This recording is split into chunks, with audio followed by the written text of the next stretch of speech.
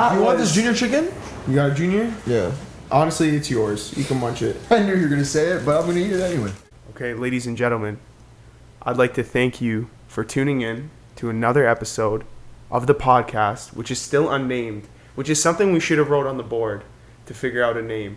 But regardless, we'd like to thank you guys for joining us once again. Our usual suspects. My name is Ray. Noah. But today we have a very special guest. This is a very special episode. And I told him, this man to my left, that I was going to introduce him in a special fashion, not like any other guest we're ever going to have. And there's a reason for that. Wow. The man to my left is a multi-platinum selling podcaster. Yeah, that's a fact. He actually invented podcasts. Yeah, nobody knows this, but he actually did. A man of many talents. That's not where it ends. It doesn't end there.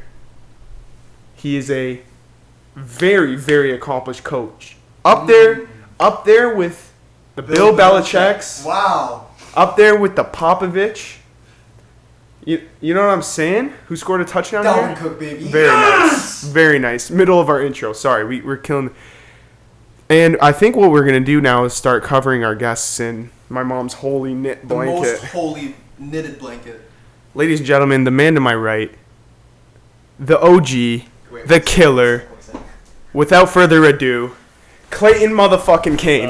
Welcome to the pod, my friend. Thanks, bro. Thanks for having. Well, actually, thanks for having. Thanks for coming to the pod. Glad to be here, bro. Good job. You got me blushing to start, man. Welcome to the pod, my man. Oh, thanks, man. I was fired up. We were talking. We had breakfast this morning. We were talking about how excited we are to do this. Can we drop a little promo for Absolutely, whatever you need. The Village Restaurant, Stony Creek, Ontario. Okay, Oh, shout out to the Village, man. shout out to the Village. These guys put me on. Best one fried job in Hamilton. Yes. I still say it's Bedrock. We'll We see. might have to have a breakfast in Hamilton war. I'm all about that. You cool with that? We should go on a tour one day where we just try out all the spots. Okay, we're going to Bedrock next because Okay, I I'm down for swear by Bedrock next. Bedrock, Yeah, and so do a lot fair of my game. homeboys. Fair game. I'm in Okay? it. I'm in it. So, ladies and gentlemen, it is a special pod because we have Clay by our side.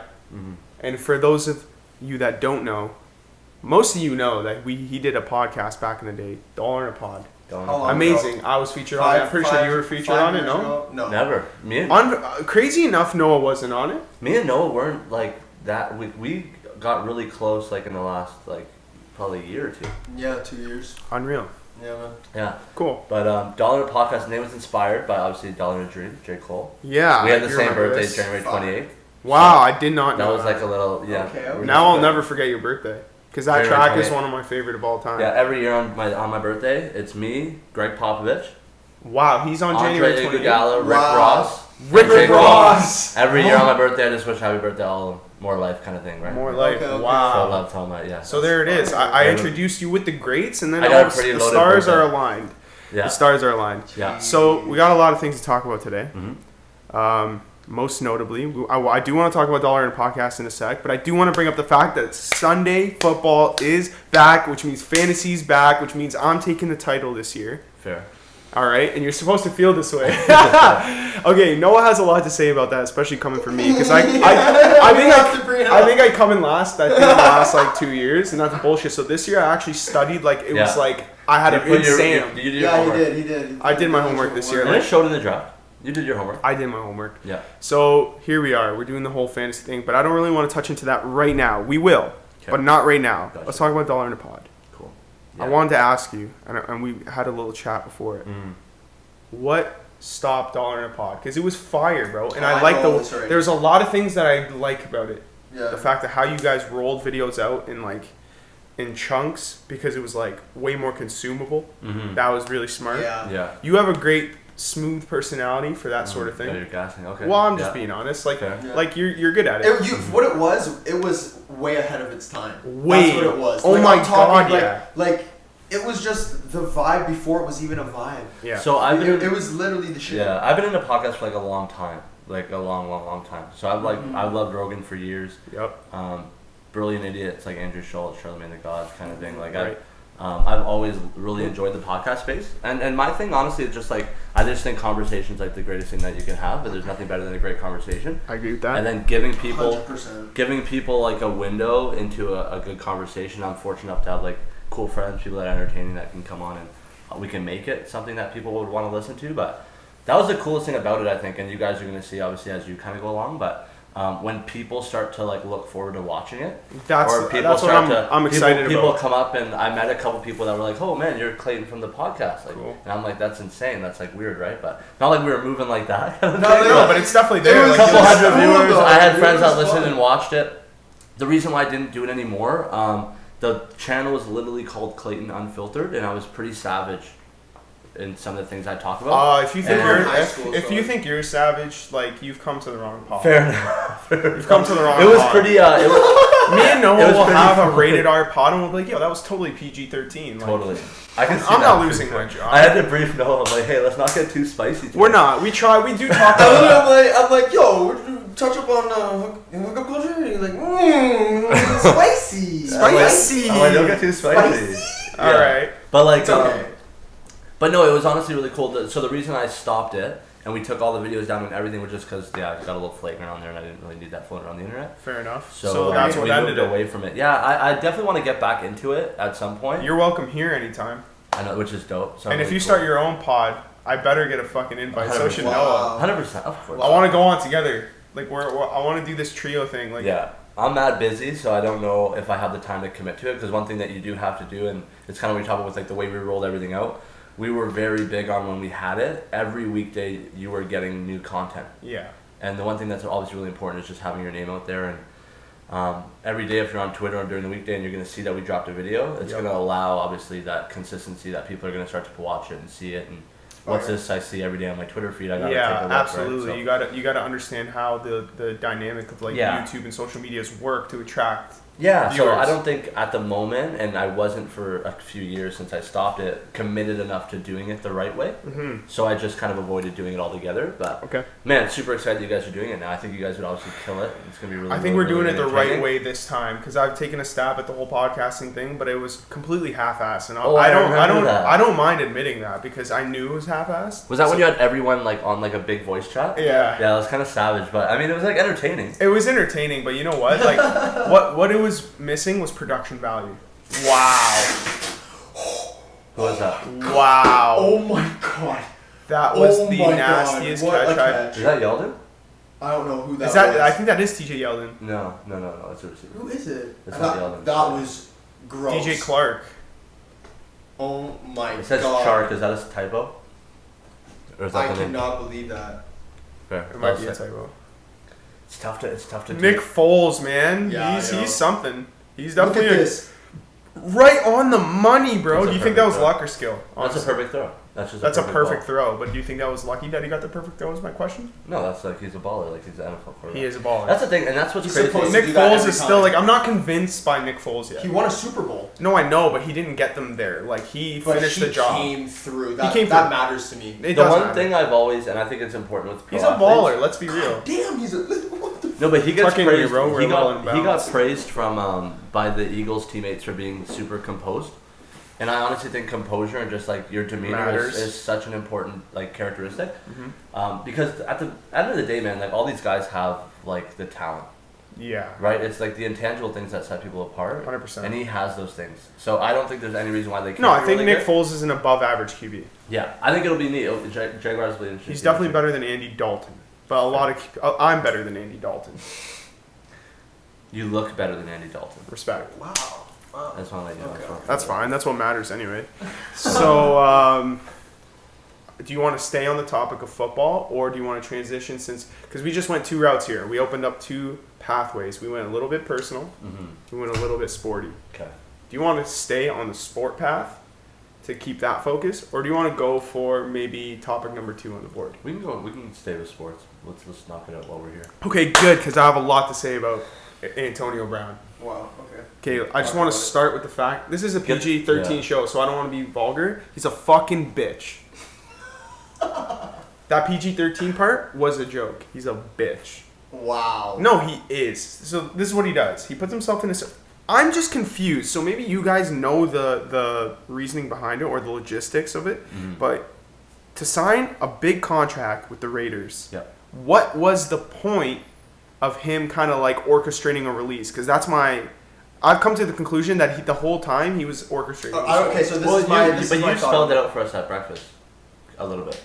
I didn't really, because I'm still confused. I thought you watched on the line of like, I thought this happened, or was it you? Yeah, it was me. So what I think happened, to be honest, is an opportunity came. Like things were shit in Pittsburgh. An opportunity comes. He pretty much has to take it. Like the thing that I think is funny is like he always says like he's the villain, but like it does look like it in the news though. Like he does look like this big bad guy, but like, which it's like, do we think he is or I don't know. But anyways.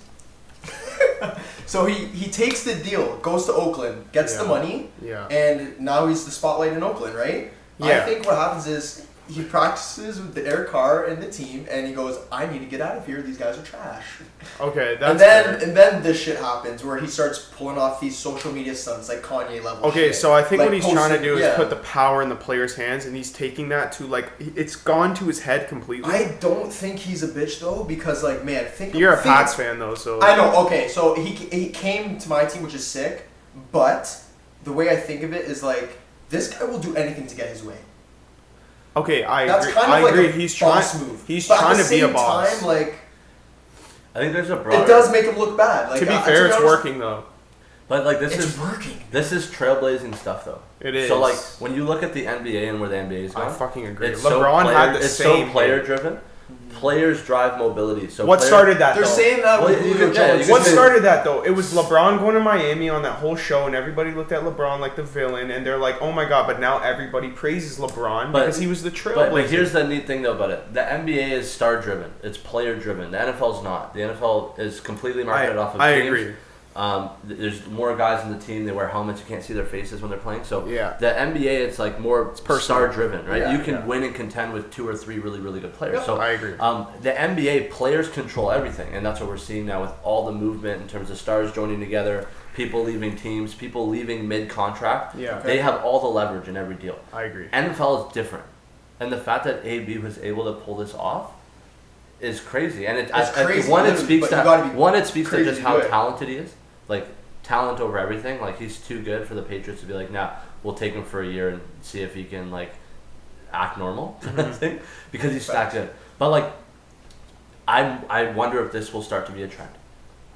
And all the small market teams that aren't contending, what's going to happen with all these star players on these smaller market teams that are not happy being there? Yeah, that's what I don't like about what's happening Are they going to take a page out of this book and say, hey, if I act up... Look at Lamar Jackson's arm, baby. Don't want to be there. Whoever's in question of this man, no, you're not. You can't be. Buddy, did you see that throw? I feel like T.O. That was gorgeous. I feel like T.O. right now when you're talking about Romo. That's my quarterback. Look at how nasty that, bro. I don't like that. They had 21 points. I'm telling you, man. Baltimore. Lamar. 4 for 4, 140 yards. It's the first quarter. Wow. 20 points. Yeah. And I picked up Brown in my league. I love this. This is great. Look at this throw. Perfect. That's a nice catch. Perfect. So here's my question about the AB thing. Do you think another player can steal that formula and get a similar ideal sort of yes, and it'll happen again. It's actually going to become less and less. No. But is he just that good? The way he did that, like, think of it, man. This guy went to ain't no more games. He went that far, posting videos of him celebrating the fact that he got released. And then... You know, the irony in that is he had a... They got a video in the news, the irony in that is that he had a Raiders painting in the background as he was saying, I got released. He had, like, Raiders artwork in the background of that video. But I thought was pretty funny. But I feel like he played up the whole, like, I'm going crazy thing. You think he played a that? lot of people question he is crazy. They think I'm a villain on the news, man. Like they coach Gruden. Dude, that's like that's a hilarious. And he clip. straight up just goes, "What the hell are you doing, man? What are you doing? Just play football. You're great at what you do. What are you doing? Yeah, like it's like, come on, man. Seriously. They got a villain in the news, man. I just thought it was dope. Can we do a little angled view? Sorry, I'm a little anal about that. Wow, all right. I don't want you to be like. No, I honestly just thought it was so savage that I feel like he literally played up like he was like going through crazy stuff, losing his mind for sure to get out of there, and then went to the Pats, and like I wouldn't be surprised, man, if we don't hear a peep out of him this year. Oh no, I would not be shocked. I don't think he will, man. I feel like you were saying at breakfast, like Antonio Brown is bigger than the Raiders. Antonio Brown was the Pittsburgh Steelers. I don't think he was. It's questionable. He's right on par with the size of the Steelers at that point. Yeah. Goes to the Raiders. He's way bigger than the Raiders, but he is not bigger than the Patriots organization. No. So, dude, it's pretty much like you got what you got the golden ticket. Like, he's on the Patriots. Like, what are you gonna do? I don't even want to talk about this fucking topic anymore. Like, the whole AB saga, I'm tired of. And then it ended Sammy Watkins. Another one. You're hurting, in your heart. Yeah, but it's okay. I have him, so it's fine. Yeah, that's true. You have him, but this week, why is he balling right now? Dude, the thing is when you have too many weapons, it's the second, third guys that benefit. Yeah, I know. Just look at Juju. That's how it works, man. That's why I was a little bit nervous about drafting Juju, but Juju may very well be a top 5 wide receiver this year. Like, it's quite possible. He's really talented. Wow. What a that thing. Look why is wide open? But he's just wide open. Like, that's just easy. Like, why the fuck? Yeah, but he's playing the Titans, so this doesn't mean shit to me. They're playing the Jags. No, they're not, are they? Oh, they are today. Yeah. Oh, okay, so this is legit. Yeah, this matters because those bets. Who's playing the Titans? The Titans are playing, I think. Oh my god, they didn't count that. Is that Damian Williams? Oh, they didn't count it. Oh, it got called back. That was LaShawn McCoy. Oh, I'm sorry. I know. What's happening with Damian Williams? 0.6 points, this guy. Sidelined. LaShawn McCoy's going to fucking take his job. I need a fantasy update. Alright, whatever. Alright, listen, Guys, I want to... I want to fucking... Lamar Jackson has 14 points. I love He's a beast, bro. He's a beast. Can you check my game somebody quick? Yeah, here. Before we move on? Let's move on. Because we have football. Look at Baker Mayfield. God damn it, this guy's a fucking god. Is that Njoku? That's Njoku. Let's go. We'll be talking about football the whole pod, realistically, man. I wouldn't even mind it. Njoku's going to be such a surprise to everybody this year. I just want to let everybody know that. I did my homework. Njoku's going to be good. He was good last year too, but like look at him go. God damn it. The way he's going to get free looks because of Odell and Chubb and Jarvis and like that team is stacked. Look at this is like a theme right now. Look at Higgins. Higgins has been playing great. Higgins was good last Ravens season. D's putting up the most work for you right now with 12 points. And then you got Tucker with 3, Chubbs and Njoku just got his couple points there. I thought Chubb got a touchdown. Maybe they gave the ball to someone else, different running back. Wow, that hurts. Oh, that does hurt when you think about it. But like, what the hell is that all about? Okay, no they called it back, I guess. All right. Anyways, let's move on. I'm glad I'm up. Anyways, I'm playing Brammer though. He's been good for a while. So, Friends versus Company. We wrote that on the board. Like, I kind of got briefed on it, but this is your pod today, so I'm gonna let you just man it. No, it's your pod. But so, and this is I gotta preface. No one told me to preface this. Definitely. It seems like I'm taking shots. Yeah, definitely. At like 90% of my friend group, but I'm not doing that. Yeah, absolutely. Not. I have a theory. This is it's a theory, and it's actually true. And like for whoever hears this, like.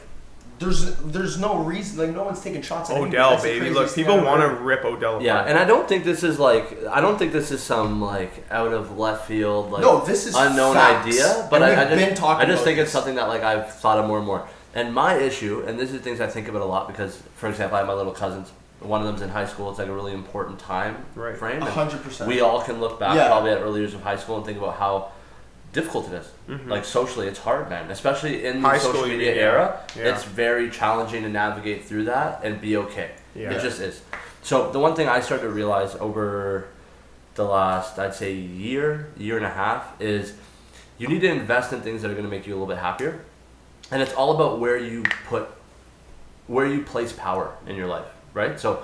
There's certain things in relationships that we have that are That's a really good point you made about that, where you place power shit. So, that one struck a chord. Yeah, so like people, like certain relationships are always going to have power in your life, right? Mm-hmm. Like think about important relationships that you have, like your parents. Obviously you're going to have power in your life. If you're in a relationship, it affects your mood. Like those relationships affect your mood a lot. Your closest friend groups, they're going to have power, right? So the issue I think that most people have, because there's such a worry about quantity, in the social media era, like you're more pleased by numbers. 100%. Because you're set up to fail because if you worry about the number, you're putting power into people's hands that you can't rely on to deal with that the correct way. Right. It's not sustainable. It's definitely not one of those things that you want to rely on because it's variable. Yeah, and the unfortunate thing is, and I can only speak for myself, but when you're in high school and you're around so many different people, you do put power into people's hands that you don't even know or care about, or they don't even know you. Yeah, 100%. So the issue that does happen, I find it a lot of times, is you begin to think about the things that you don't have or the people that let you down, when in reality, based on your relationship with them, they should never be in a position to let you down in the first place. I agree. I have this distinction of friends versus company. We have a lot of people that we would call our friends. I like it. I do think, though, when you really narrow it down, your friends are only a small select few group of people. All those other people fall into the company category. They're just people that you'll have a good time with when they're around. Yep. For us, and guys our age, right? Like, you can all think about the times when you go to the bar on a Saturday night, you run into some guy that you were friends with in high school, and then you're fucking bro tears. Oh man, love you, man, miss you, how you doing? Yeah, you know what I mean? Like, well, nice let's talk people again soon, and then you never do it again. And in reality, those people are company. It's not, which is not a bad thing. You kind of need them. Like, it's impossible to be close with so many people. It's not impossible. I know, but it is good to make that distinction, though, to know that, because like you said, that's where the power factor comes in. Where it's Absolutely. And I noticed that, like, when you feed that power to the friend side, you just start to appreciate your time more. Yeah, and you're just happier, man. Yeah, dude. Like, I think a lot of people had that revelation through college years because you like you were. I don't know if you want to get into it, but I remember you had a moment where you told me about how you felt like you were alone at times, and we don't have. I felt the same way. So like, it's one of those things where you value friends. Yeah, I don't want to get too into it because it's your call. So here's my thing, right? It's just, like I said, it comes down to knowing where to put the power. So when and we've all been there, it's a Saturday night, you're in your house, no plans, and then you see on Snapchat or Twitter or Instagram, a bunch of your friends are out together. They're at a they're going out for the night, they look like they're having a great time. Thanks. And then we have that, like, well, why didn't anyone tell me about this? Yeah. Right? And then you're hurt by it, and you're in your feelings, and you're a little bit upset. But in reality, you gotta recognize that, like, when you recognize those, and I'm not saying, this happens with friends too, and that can hurt, and that's okay though, that's like normal, because some people have to have power in your life, it's just the way it goes. It's just the way it goes. But like, when you start to put power into the hands of those people that will consistently let you down, you're just setting yourself up to not be happy. I agree. And in the it's time, hard to let go too though. 100%, but in a time when we look at things of, like, mental health is such a large conversation, we always think about or talk about how do you avoid the bad things. I just think we need to start doubling down on the good things. For sure. When I recognize my friend group and people that I hold near and dear, like, I'll use Noah as an example. Like, I see Noah more than anybody in my life outside of people I work with. But the amount of time is like a good thing. That's love. But there's a I prioritize that time because it's important, right? And when you start to do that and prioritize time with people that, like, you really care about or really have add value to your life, those aren't the people that are gonna let you down. Like, they're just not. Yeah, 100%. You have to. Absolute. Sometimes. So I just want to talk about like the whole feeling alone shit, and I want to take the positive out of that. Yeah. Because like, I don't know. You have to be alone, to be honest. I feel like to get, like, in your actual bag, to know who you, like... That's exactly what I was people gonna get at. claim this shit, like, oh, yeah, but really they're just the yes man. The one who are just like, yes. Like, you know what I mean? Like, yo, take the... I think you gotta take the time to be alone to actually know your shit. Yeah, for sure. Like, here's my thing. It's like, being alone gives you the time to reflect and be like, listen. Well, to be alone with your thoughts is a scary thing. It is sometimes, it can especially be, when you're not in a good place. Let's be real. Like, it could eat away sometimes. Like, your mind's powerful as shit. But I'm an optimistic person. I take the good out of the bad always. I try to tend to do that as well. I look at the yin and the yang of everything. Okay, you get the good out of the bad. I always try to evaluate bad moments and shit like that happens in my life with that philosophy and literally purposely pick the good shit out of it. Yeah, you have to. So here's my thing, and like, I've made it like it's a habit in my life. So let's say, like, for instance, in times where I felt like alone in college years, right?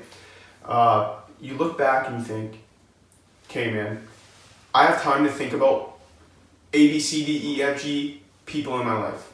Okay, you almost put it in a list in your head, and you look and you're like, man, does this person really have my best interest at heart? Like, like you evaluate it in the ratio of time spent versus what you're getting out of it, or what you get back. You know what I mean? Like effort. It's like I'm putting in. It should always be a 50-50 split with the people you love. Mm-hmm. The people you spend the most time with should always have a 50-50 ratio, effort in versus effort received. Yeah, I agree with that, man. Okay. Sometimes it might be difficult to honor that. To honor that because you have people like parents in your life that, you know what, to say that you've ever done more for your parents than your parents have done for you is a hard thing to say for a lot of people. We haven't. Yeah, exactly. It's impossible. Well, the fact that they gave you life. Yeah. Wow, bro. Are we on the same wave, dude? Come on. Coming at you. But, you know what? In the moment, in those moments and times when you feel alone, it's hard. It's hard to think, yo, I'm going to get something good out of this. Because in that moment, you're like, this is the fucking worst I've felt. You feel like defeated. Nothing. It's hard to take the positive out of anything. Never mind a situation that sucks the most in your life right now. Yeah. Mm-hmm. So it's hard to be happy about anything. You get a good grade, you're like, whatever, dude. I had to. You think about the bad that came with that good. Yeah. That's the other side of the yin and yang. Well, you look at it like, oh man, I spent my Saturdays alone by myself. That's the only reason why I got a good grade. Like I wish I was flunking school and I had people who cared about me. You know what I mean? Like you might even get trapped in that mindset. But that's the thing, and that's why I find so I've always been a relationship first person. I've always prioritized relationships over everything, and to a fault in a lot of other areas of my life. Like you have the big test tomorrow, the big exam. Mm-hmm. If my best friend calls me to have a 2-hour conversation on the phone, I'm picking up the phone. Mm-hmm. And that's to a fault, right? And it hurts you in other aspects. Like, yeah, the one thing that I believe, I could draw that line. The one thing I need to do this. I'll just use the example here. So the one thing that I believe to be very true, there's nothing more important in terms of being mentally healthy and happy with life than the relationships that you have. Because at the forefront of everything, those are the things that matter most. Mm-hmm. Because if you don't have the support system, it's going to be really hard to keep going through the adversity that's inevitably going to happen. Mm-hmm. Right? It's your support system, the people that you speak to, the thoughts that you take in, you giving great insight on something, or Noah to me, that's adding value to my life. Absolutely. Right? So the company you keep is extremely important. Yeah. And if you don't have strong relationships, you're a product of the 5 closest people in your life. And they've said that, and I think that's very true, right? It is very true. I think those are things that honestly hold a lot of weight. Yep. I've always valued and prioritized relationships first, which worked to my detriment for a lot of years while I was a student in school doing other things and not kind of maximizing potential. But at the same kind of time though, when I look back at it now and some of the things that are working out in my life currently, it was well worth it. Do you know what I mean? And it all worked itself out, right? Like if you have a focus on building strong relationships, quality relationships that are going to help you move yourself forward in life, that always pays itself off in the end. Yeah, I agree with that. It's just kind of like a more of a bigger picture sort of look at it. 100%. But it's funny though what you say about being alone. I just think that I needed that though. Because if I didn't feel that, I wouldn't have made the necessary decisions that I made in my life that made my life better moving forward. Those times of feeling lonely and sad inside helped me. Well, Lamar Jackson's fallen. Miami's absolutely trash. He got another. They are trash, so it's not a real test, but still, it's a fair first game. Those moments of despair and loneliness and just you know what I mean. You feel like everything is against you. Your back's against the wall. It's crazy how little things can make you feel that way too, which is kind of nuts to me, but it does. But those moments in my life, really made me the man that I am. Yeah. And it continues to. You know what I mean? Those times where I feel really shitty. It's now the first times I was feeling those really intensely. Yeah. I was weird about it because I had never felt that way before. It creates anxiety. It creates anxiety, and I started to have an anxiety problem, dude. Yeah. Seriously, straight up, I had to cut a lot of shit back in my life just to get myself together and feel okay and figure myself out. Yeah. But here's the thing: it's those moments help me, and I don't care to. I'm gonna be completely transparent on this podcast. Yeah. I really don't care. Mm-hmm. Because I'm happy about this happening, but I had to cut out a lot of people that used to be close to me. Yeah. I used to look at it and be like, this. He or she was as the person you want to give that 50% effort to. And then you're not getting it back. And you start pinpointing the exact people They and don't things reciprocate it. that are Yeah, dude. are making you feel bad because Yeah. you're like, yo, man, like you gotta look at yourself in the mirror and be honest with yourself. Like sometimes you hate to admit that it's a specific person that's doing the damage to you, or a specific group of people that's doing that damage to you. Yeah. It's hard. It's really, really difficult for Yeah. you to admit it to And yourself. let's make one preface here, and because sometimes I think when we talk about that, and then I'm not taking shots, too. no, it's why I'm actually making that. So like sometimes people don't even do it intentionally. Like sometimes they it's not don't. even a malicious thing, right? No, and it's that's not. the thing to distinguish of like. And it's hey, selfish for you to like you're bring it hurt- up to them You're sometimes, hurting. too. Like this relationship isn't helping me, but it's not like you're a bad person. It's just like this isn't Exactly. giving me what I need, and I need to move on from it for my personal self. Yeah. But it's not like you're a bad dude. It's just like, hey, like this isn't helping me move forward. This isn't Yeah, actually so you providing definitely have anything to about know when to speak up on it for sure. it. Yeah, like, man, I'll use it, and this is something, and this is like the biggest piece of advice I give to my cousin that I said like in high school currently, right? Like, when you're picking friends, like, do your friends take an interest or in what you love and you like, and do they support you on it? First of all, Yeah. and two, how do they treat people important to you, like your family? Yeah. So.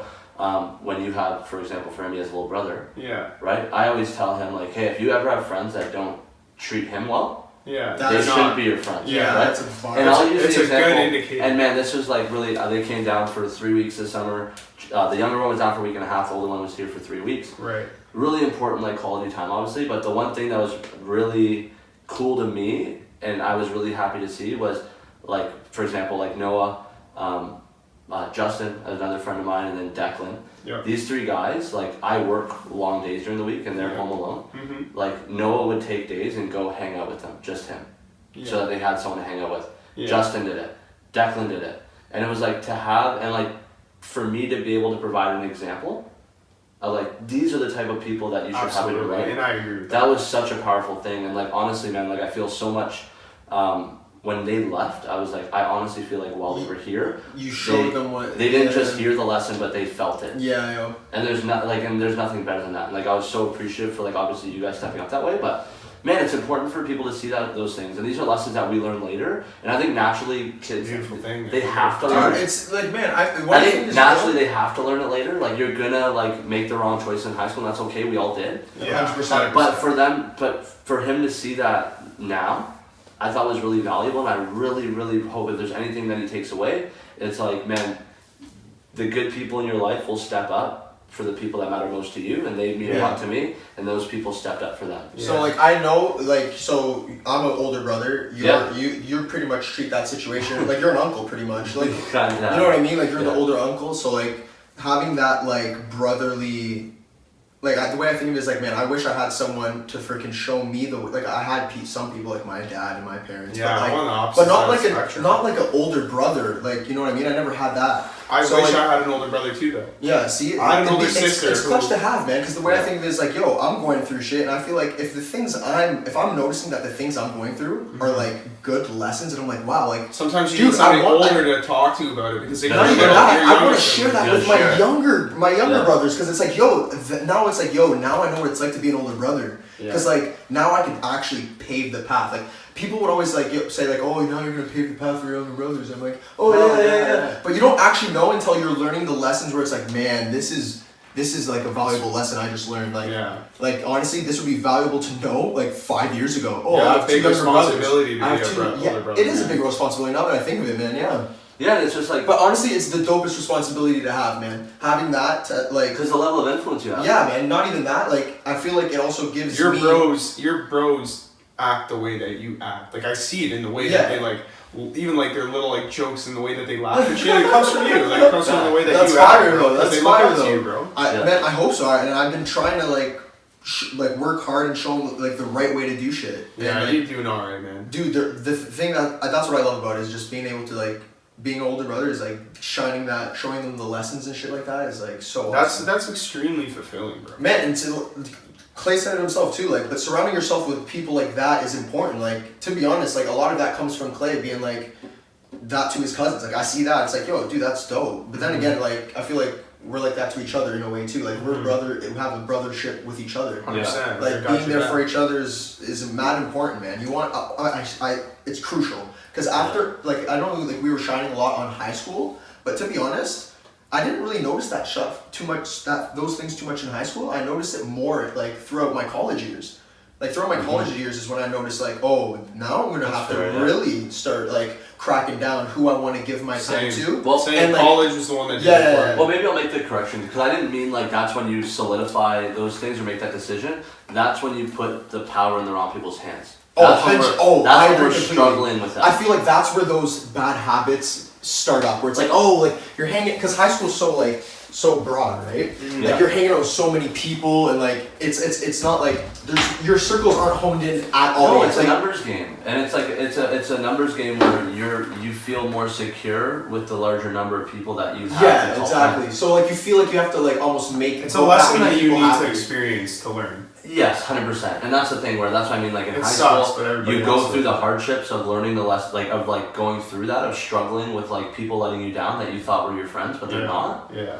And yeah, like as you obviously get older into college, what you guys are saying, I had a very brief university, like post-secondary career, so mine was more so just like in the. I don't even think it's so much that it's the act of being in school. No, it's that stage in life. That transition, 100%. You know, like everybody's going through a change. Like you're not like you don't show up to high school for me is like you show up and hang out with my friends. Yeah. 100%. In a school environment. Yeah, it's so true. It was coming to hang out with my friends first before it was in education. It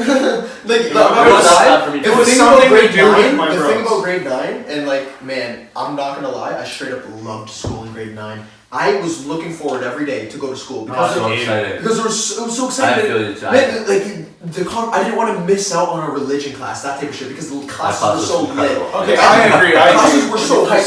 Like that stuff's dope as shit. That was fun as fuck. I agree. I feel like that point in life, you're just excited because it's a new thing in your life. It's like just like first year of college and university, or like the first year of a job. You know, it's exciting because like, you're not accustomed to that sort of thing. You know what I mean? Like you go through a new experience and it's sick because you meet new people, you learn new things, a whole bunch of changes that come in your life. I think that's what brings fulfillment to the human, but that's just my opinion. Like but I like change, experience and change. Yeah. I want to make reference to what you said before. Oh my god, the Redskins! That's the upset on my on my bets. Yeah, you're hurting right now. Yeah, I'm hurting. But the one thing I want to reference, and I think it's important what you said, where like the time being alone is important. So this is actually something I got from. I've always believed that to be true, but the best way I've ever heard it put, I was listening to Joe Rogan podcast, a guy named Peter Attia.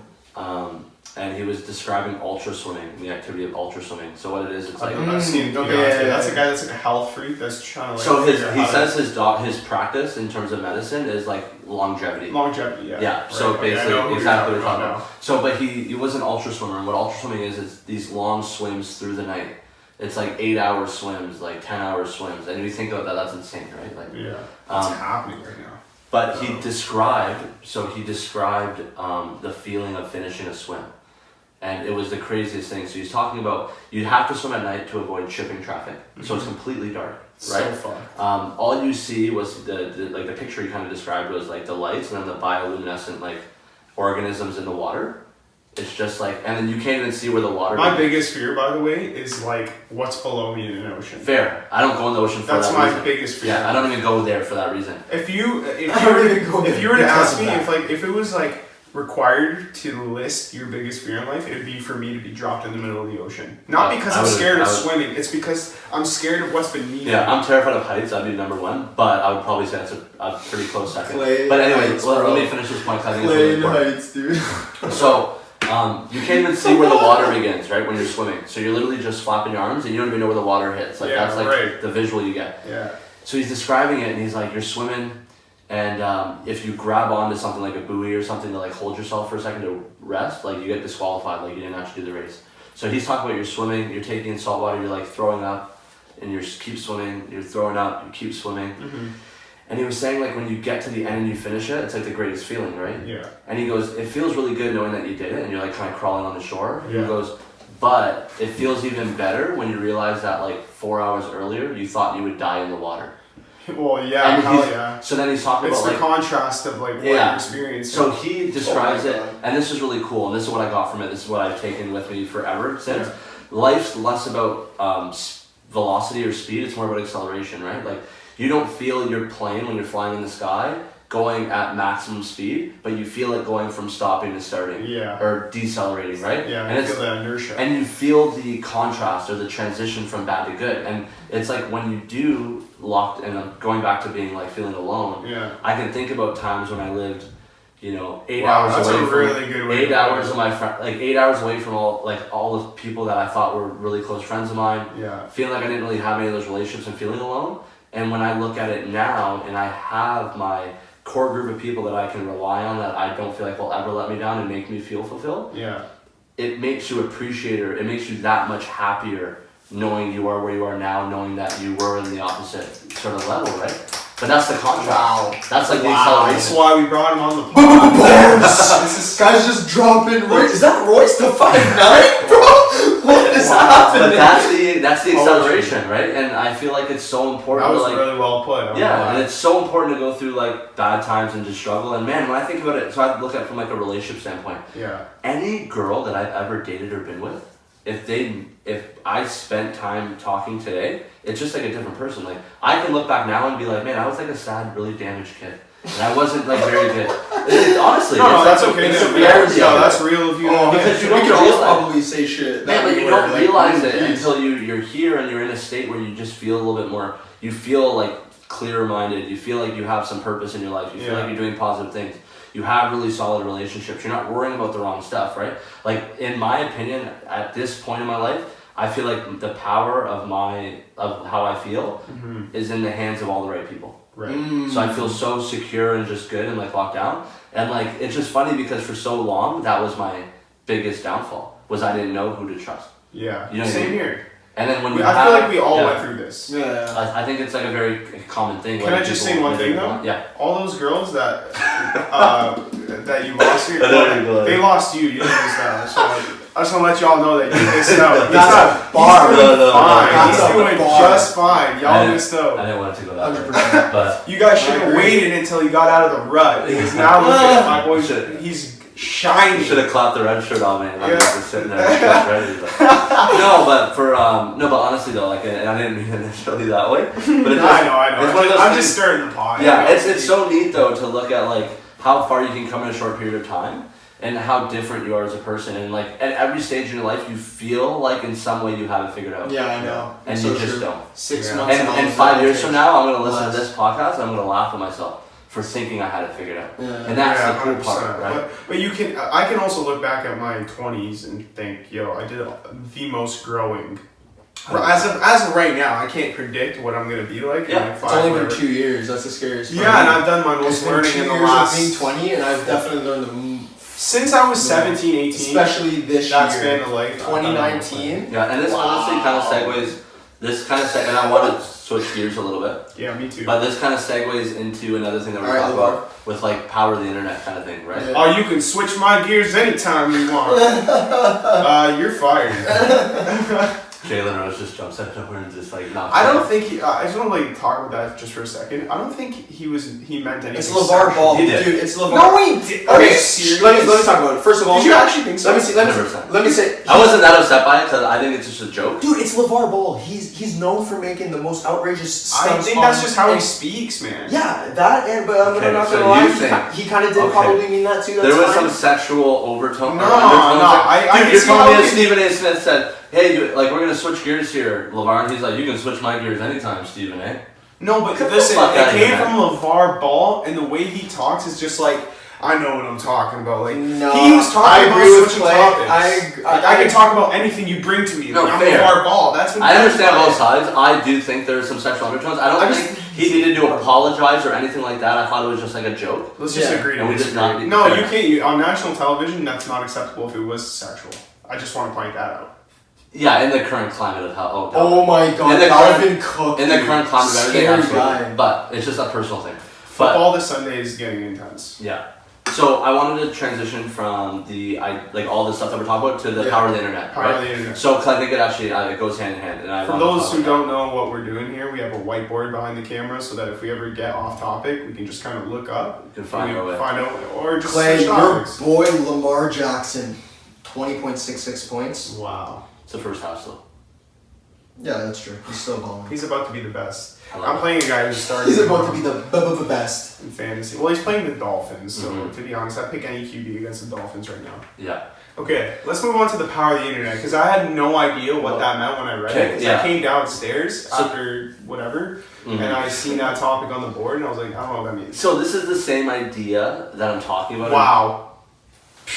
That's not even Dalvin. I wish he scored. I'm playing Noah this week. He has Dalvin Cook. The issue that I think a lot of people have is the internet gets a negative stigma from the older generation doesn't understand it. Okay. And I think the internet in a lot of ways too has a negative impact on us. And I'm talking about all the social media stuff that we've already talked about that are problems. Like, oh my god. Oh my god, bro. There's a flag. There's a flag. Yo, he's a QB though. Oh, it was against the defense. Decline. That's good. Wow. So you're Lamar Jackson. I'm gonna lose this week in fantasy because That's my crazy. buddy fucking started him. I started him against Noah, so I'm feeling good. I knew I should have drafted him. Fuck me dead. Yeah, but okay, let's just get this whole idea. Yeah, sorry. So, the internet has a negative stigma, and it also negatively impacts people. But I think we need to recognize the positive side of the internet, and it's not necessarily an issue of like the internet's ruining people or changing our generation. We just need to learn how to use it in a better way. It's still new relative to like what. If you really think about it, a lot of revolutions. I had a conversation. How many years has the internet been? Like 25 years?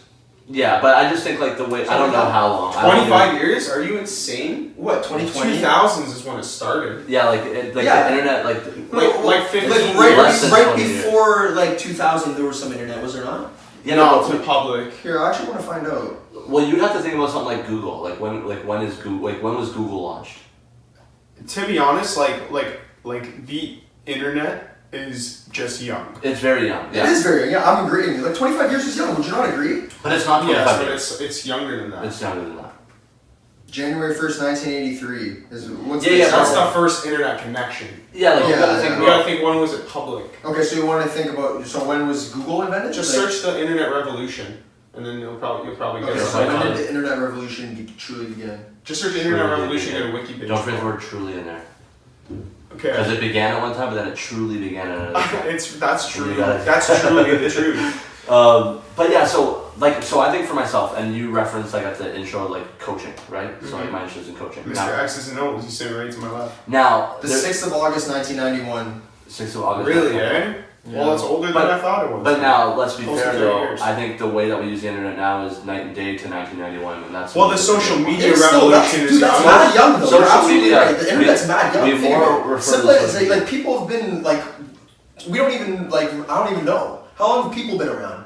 Oh. Like, we're just we're just getting the internet. I know. Like, we don't, like, I'm so excited to see what the future has. There's still so much levels to it, yeah.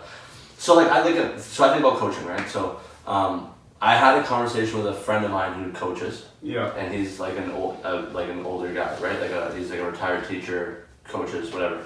So we were sitting together, we were having a beer, and we were talking just basketball. And at one point he goes, "I don't understand how you know so much. You're 22 years old." And I was like, "Well, thank you." It's not the age, but the time you put in. I was like, "But you have to recognize the resources that I have." True. Oh yes, I do remember you were talking about this is very true. So I was like, you have to understand like my whole life. So to give you some background on why I love coaching so much. So my dad's a hockey coach. Okay. My dad, my parents, I grew up in like a single mother household. I was born in Sault Ste. Marie. My parents were from two different cities. My mom moved us to Hamilton to be with her family. Mm-hmm. So me and my dad, just geography based, weren't around each other very much. Yeah. Young boys want fathers. Very true. Yes. Everyone does. Yeah. And when you live without a father in the household, you want to make your father proud regardless of the relationship that you have. Mm-hmm. There's always a fascination with him and that person, right? And he's been my biggest role model in anything leadership for my whole entire life. And we have a really good relationship now. But I was always fascinated by the fact that I knew he was a hockey coach. Mm-hmm. So the few times I went to Sault Ste. Marie would visit with him, we'd be walking around the mall, and all these people would walk up to him and talk to him because he either coached their kids, he coached them. I would see newspaper clippings of them, and I thought it was like the coolest thing ever. So when I was a kid, I had a fascination with the idea of coaching as a whole. So it's something which is a really cool thing to be fascinated by. Yeah, so I thought like right away, early on, I really cared about it. So with things like YouTube, I always was fascinated by stuff like all access videos, behind the scene. Mm-hmm.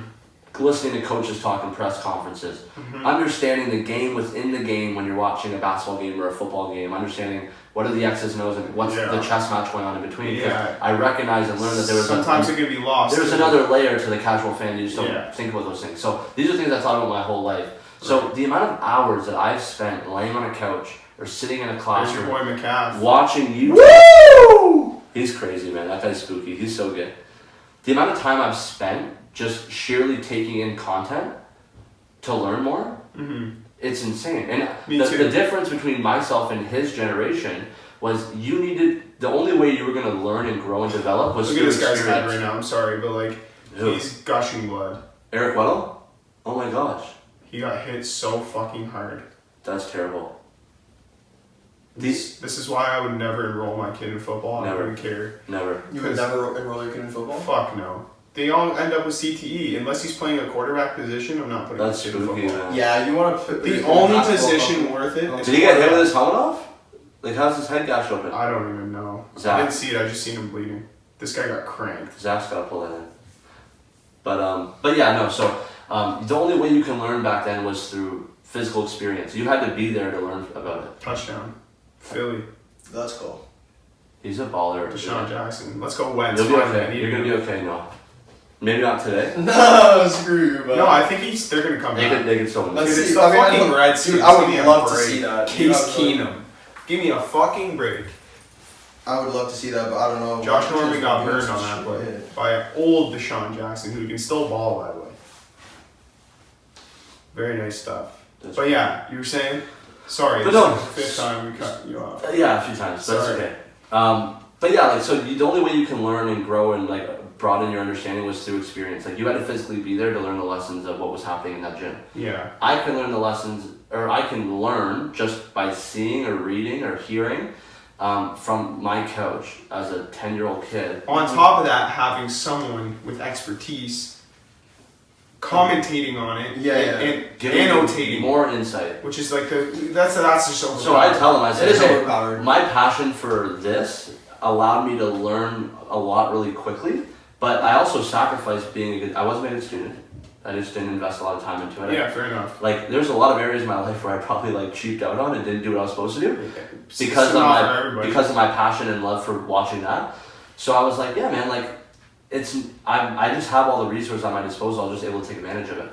I think sometimes what we fail to understand in a climate where I think there's so much stress about what to go to school for, trying to force your way to the university, get a piece of paper that you're not necessarily you don't even know what you're going to do with it. You don't even really want it. Bro. A lot of people just do it for their parents. There's so much opportunity to learn and be an expert in the field that you like and are passionate about, and there's so many different ways to monetize that. Like, the jobs of the future are so different than the jobs of the past. Yeah. And you're not going to get the immediate support of a lot of the older generation right away because they're just not educated on it, and we're educating ourselves on it as we go along. But the internet is a great thing. We just need to learn how to use it the right way. And I think social media has negatively stigmatized the internet. Like, Twitter's bad, Instagram's bad. There's a lot of bad that comes with it. You have to understand. There's so much positive to the 100%. There's never been a better time to be an entrepreneur. Yeah, I feel like 100%. Like, there's never been a better time to be an artist, which is a form of an entrepreneur, by the way. But I just want to point out that particular field. Like, arts have never been so valuable in history.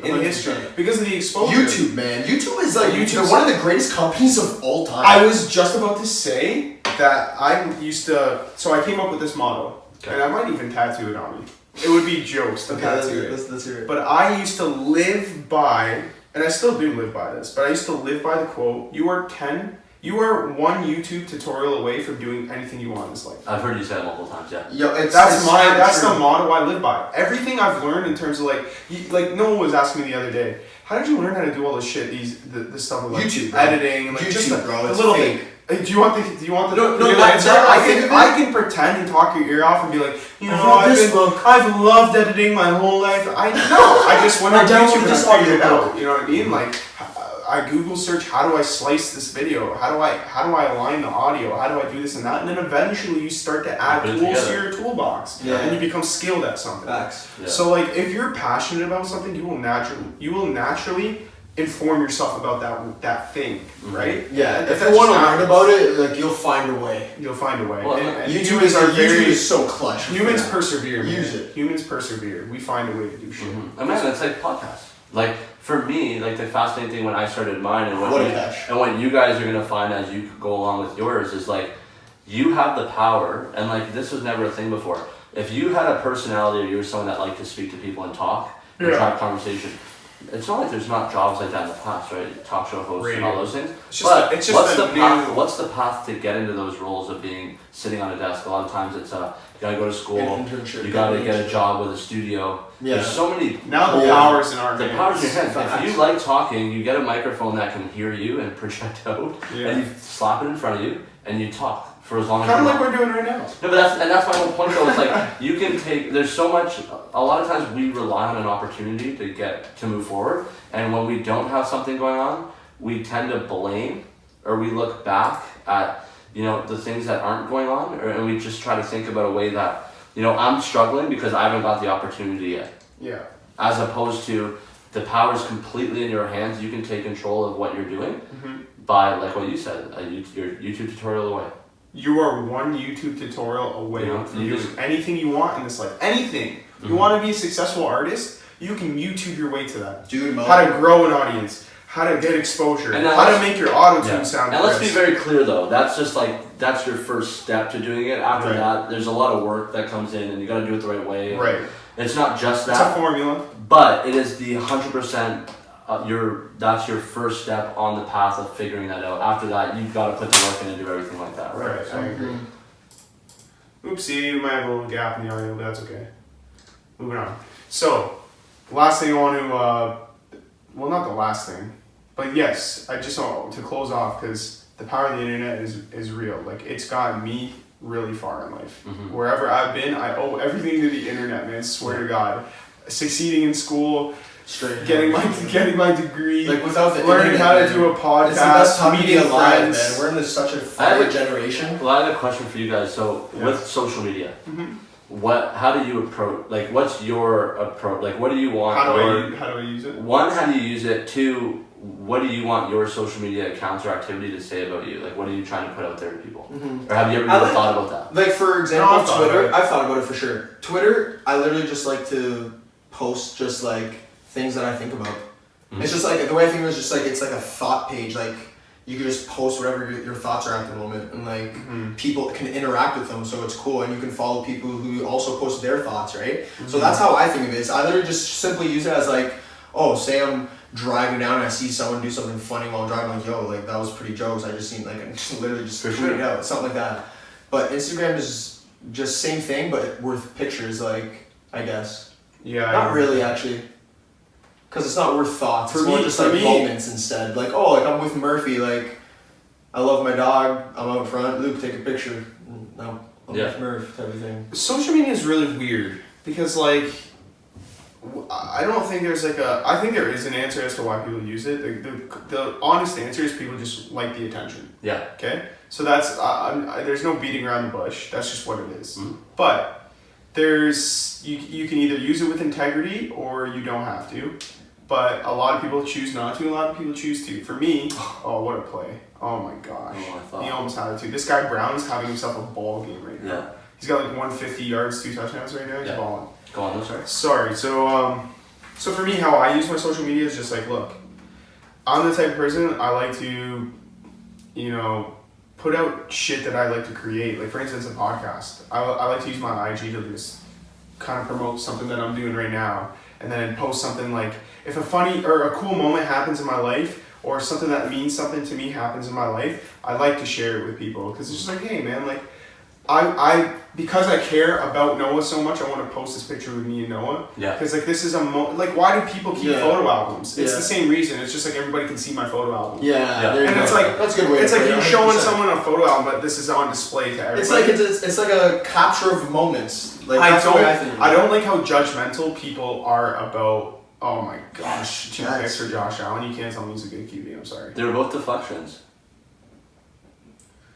But continue though, sorry. So for me, it's like for social media, is like I'll post a pic of a moment in time that meant something to me. Mm-hmm. You know what I mean? Yeah. Because I want to capture those moments. And then for me, like my feed is not necessarily for other people. It's like, it's for me. It's like that moment in time was captured. I experienced that moment in time in real time, and it also lives on its own beyond the fact that it already, like, you know what I mean? When you post something fire, for instance, if you like, yo, this is gonna be a fire post, you know what I mean? Sure. Once you post it, it's alive. That post is alive. Mm-hmm. It's got a life of its own. People comment, like, it's a dynamic thing that's happening in the world right now. Like, people can comment. It's a free thing. Yeah. You've released it to the public. It's got a life of its own. Yeah. And you can see how people react to things like that, you know what I mean? And it's cool to get that reaction because A, because of the attention, obviously, and two, because of like, yo, I want to see what people would think about something cool that happened in my life, you know what I mean? Mm-hmm. And on top of that, once that period ends where your posts, you know, like the attention goes from here to here, and it's like, okay, now it's just, it's stale on your profile. There's no more interaction with it. It's not a live post, is what I call it, right? Now you can look back and be like, you can go back and read the comments and say like, yo, that was such a funny moment. Like, this is all those people who were with you that night reacted to that moment in time, and it's like a memory thing. It's like you look back and I reflect on the memories of my life. That's how I use IG, anyways. Yeah. And the other side of it is just like, look, I like to make people laugh. I like to entertain. I like to make things. So it's also another platform for me to share. Because you've always been really active, like on like Twitter, for example. Like you've always been very, very, very active. I'm very opinionated as a person. Yeah, and then there's always the level of like entertainment. When you say I like to entertain, I like to make people laugh. Yeah. Like that's always been at the forefront of I like to make people laugh. That's the value. You've always been very active on Twitter. So like the way I look at it, I think there's a disproportionate amount of value put into perception over reality with our like generation or in this era, so to speak. Yeah. And that's where my issue. So like for me, when I go on any of my activity, and like I've gotten this comment from people where I've had my boys be like, man, like, you know, you post like a loser on your Instagram, or why do you post pictures of I've quotes? never heard that. Well, no, it's just like more of a joking, like ribbing, like guys, right? Yeah. Okay. But like for me, like I look at social media as an opportunity. You're giving other people that you don't know a window into your life. Yeah, sure. Especially if it's put out publicly. I want to represent myself in the most authentic way possible. So like if you look at my Instagram, I probably post about 3 things more so than anything. I post probably stuff about my family, like my little cousins, because they're like a really important part of my life. Basketball, coaching, team pictures, stuff like that, because that's such an important part of my life. Yeah. And then like pictures of quotes. And like now, mind you, if you looked at the interactions, or if someone checked like what posts get the best reactions, like the quotes are at the very basement. But I like posting them because there's something that I find value in. Yeah. So for me, I've always thought of like, I want my presence online to totally represent me.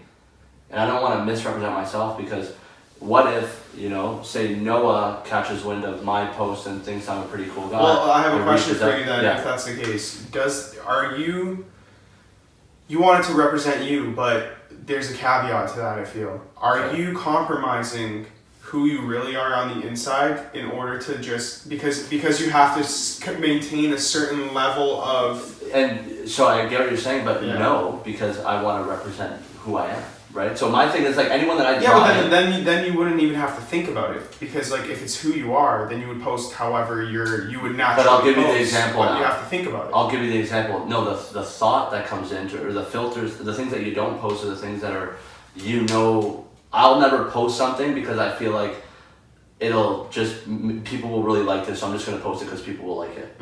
Like I'll never post something that goes against like things that I care about, or I'll never reach in order just to get some more interactions on my post. 100%, I agree So with that like completely. So because the issue that I have, and you see it all the time, like let's just use the comments, right? So, and it's funny how this stuff works. So Instagram took away like numbers. For Canadian users. Which I love, by the way. I think it was great. I think it was brilliant. Now, it's good for mental health, man. I've actually noticed a difference. I haven't seen this. For me, numbers, I don't care to say that sometimes numbers, like, you think about it. I don't want to say, like, completely, I was just consumed by the numbers. No, you're being honest, bro. I'm just being honest. Like, that you look at the numbers, it's just like, yo, man, this post, like, underperformed under your opinion. But you're always going to feel that way, to be honest. But yeah. sometimes you put a post on and you're like, damn, how come that didn't perform the way, how come it didn't get X amount of comments, blah, blah, blah, blah, blah. Yeah. But like at the end of the day, it's like when they took that away, you realized how fucking meaningless it is. It's like, don't worry about the number of people, like, worry about the quality of the people who came by and like the people you care about liked it. For sure. You know what I mean? But my question would be, now do you think that put more of an onus on the comments that you got on your photos? Yes. So, and here's my point. Comments matter. When you look at young people's activity when you look at younger people, so like when I look at high schoolers, let's just say for example, and you'll see it and they'll post like you'll have like hundreds of comments. Comments have always mattered though, I just want to put that out there. And they have. What do you mean by matter? Like people care about people really care the about number about like people actually care about that shit? 100%. Yeah, like you might not know that, like that's news to you. No, but like, what do you mean like they care about it? Like, if Like, you're like, it's the numbers people thing make a again, point that they right? don't I have have the enough most likes or followers. I have the most likes. I have the most oh, comments. okay, I'm not in that world. Like, you know, chicks. Like, it 100%, matters more than but chicks, in my I'm- opinion. Well, no, I think to be fair, I know a lot of guys that surprised me with how much they cared about it. Really? Hearing the Yeah. comment of like, "Oh man, I can't post for another hour."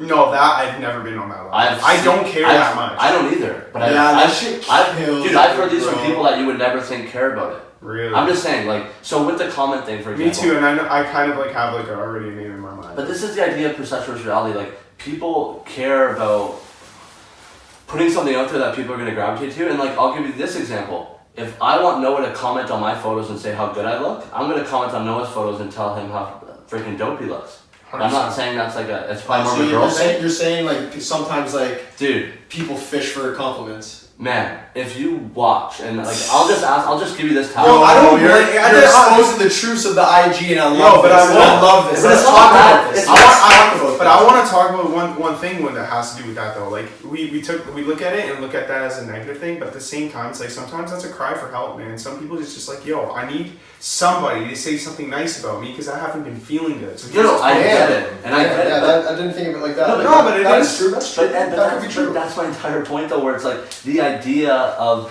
having or feeling valued based on volume and quantity as opposed to the quality of your relationships. And that's the whole point. If that's a lot of people's approach to feel a temporary fix, to feel a little bit better, because I know that when I post, I have a list of 15 other guys, or for a girl, I have a list of 20 girls that I know will tell me how cute I look. Yeah. Okay. And So maybe that's what it is. It's like surface, but it's surface. It's like Band-Aids. Do you know what I mean? It's like a Band-Aid. Yo. It's just like a surface thing. I agree with that. And it's too. sad.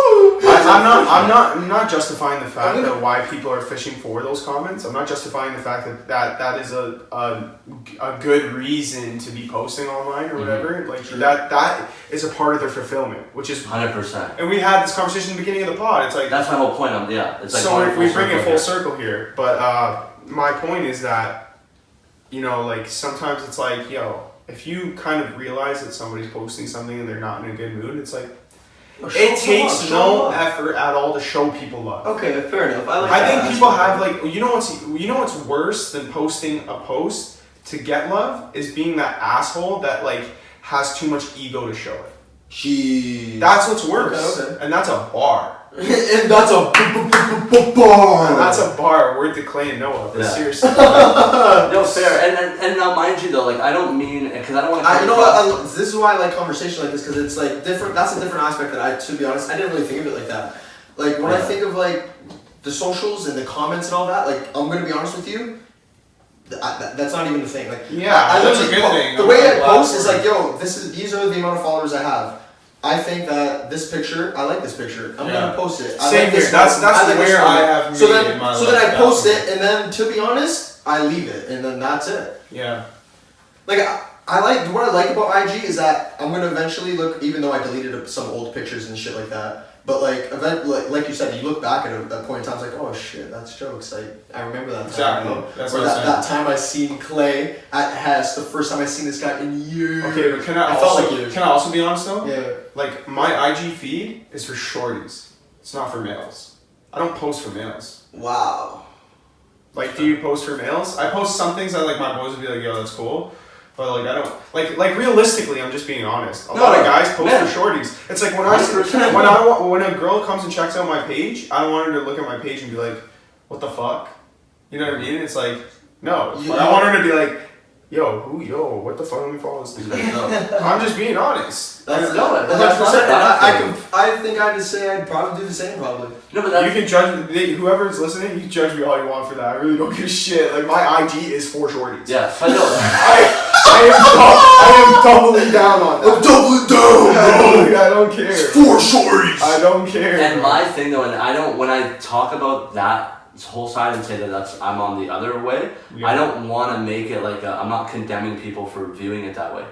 I just think a lot of the issues that people have in terms of being upset with the amount of volume that they get in their comments or likes, the amount that it affects them, Can I say and something? the disproportionate amount of value they put in it, you're setting yourself up to be disappointed more 100%. times than not. Oh, So, like, yeah. earlier we were Oh, talking- yeah. And that's more the scary thing about That's it. the Earlier we were saying how like you're placing power towards your friends. It's the same like aspect or same thing when it comes to social media. Like don't place power on social media. But Your giving IG your- shouldn't give you anxiety. You should not Okay, place go on. your happiness Okay. into the amount of likes you get because then you're That's putting yourself unhealthy. in a straight variable up and down position where Yes. it's like, Did oh you- now I post something if it's gonna, oh now I'm not so happy. You sacrifice control. Yeah, Yeah. and to be can't honest, you're control that. submitting to the power of social media, dude. That's what Ray said. Actually, I like the way you put it because it actually goes directly with my point. You put it out there, and it's out of your hands now. It lives. But It has a life. It has a life of its own. It's going to do whatever it does. Now, if you put fulfillment or personal happiness yeah. with Big the way mistake. people react Big to that, mistake. you've now said, "I'm not going to control what I feel like," or like, "I'm not." You're I'm putting not, the power of your emotions sacrifice also your- into other yeah. people's hands. You sacrifice your control. You put the power into general people to take care of you or to make you feel good, and people will let you down. Especially people that don't know you. 100% that you're not very because you're close to. expecting people who, you know what I mean. Like you're depending on people who don't know you're depending on them. 100%. Like that's not a good No, that's thing. a very yeah. Because that's a great way now of you're gonna putting it. hate yourself because you're gonna be like, why isn't that person commenting on my post? Why isn't this particular person liking my post? It's like, dude, you in your mind already set out that when I post this, I expect so and so to act accordingly. Or you're Bro, just I can't hoping they believe- do. I can't believe people do this. That's wild to me. Or you're just hoping they do. Or you That's- hope they do. that's But that's the wild thing. to me, Your bro. happiness depends on the fact that if that happens or not, and then if it doesn't, you feel even shittier. You're like, That's damn, crazy, I man. was expecting that to happen. And this is the irresponsible placing of power into how you feel emotionally and about your life.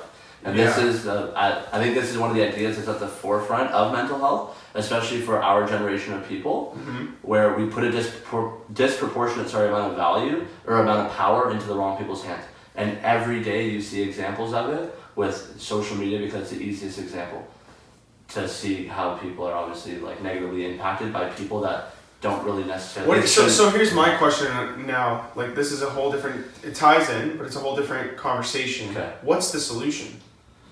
Because this is a problem. It's man. not easy. That's the issue though. It's like, Dude, do you know what the solution is? Self-awareness. Take the time. Yeah, I agree. Straight up take the time to like know your own self. Know the benefits of like your personality. Know yourself. no, it is. You better know yourself. Honestly, you should. Word to Drake. Know yourself. Yeah. I feel like that prevents a lot of stuff. Take the time to step back and be like, oh, yo, like take this time to look at your ego and be like, okay, like, why do I let this have so much power? Mm-hmm. You know what I mean? That's all self-awareness is taking the time to go, okay, why did I act this way? Or why did I do this? Why am I letting this bother me?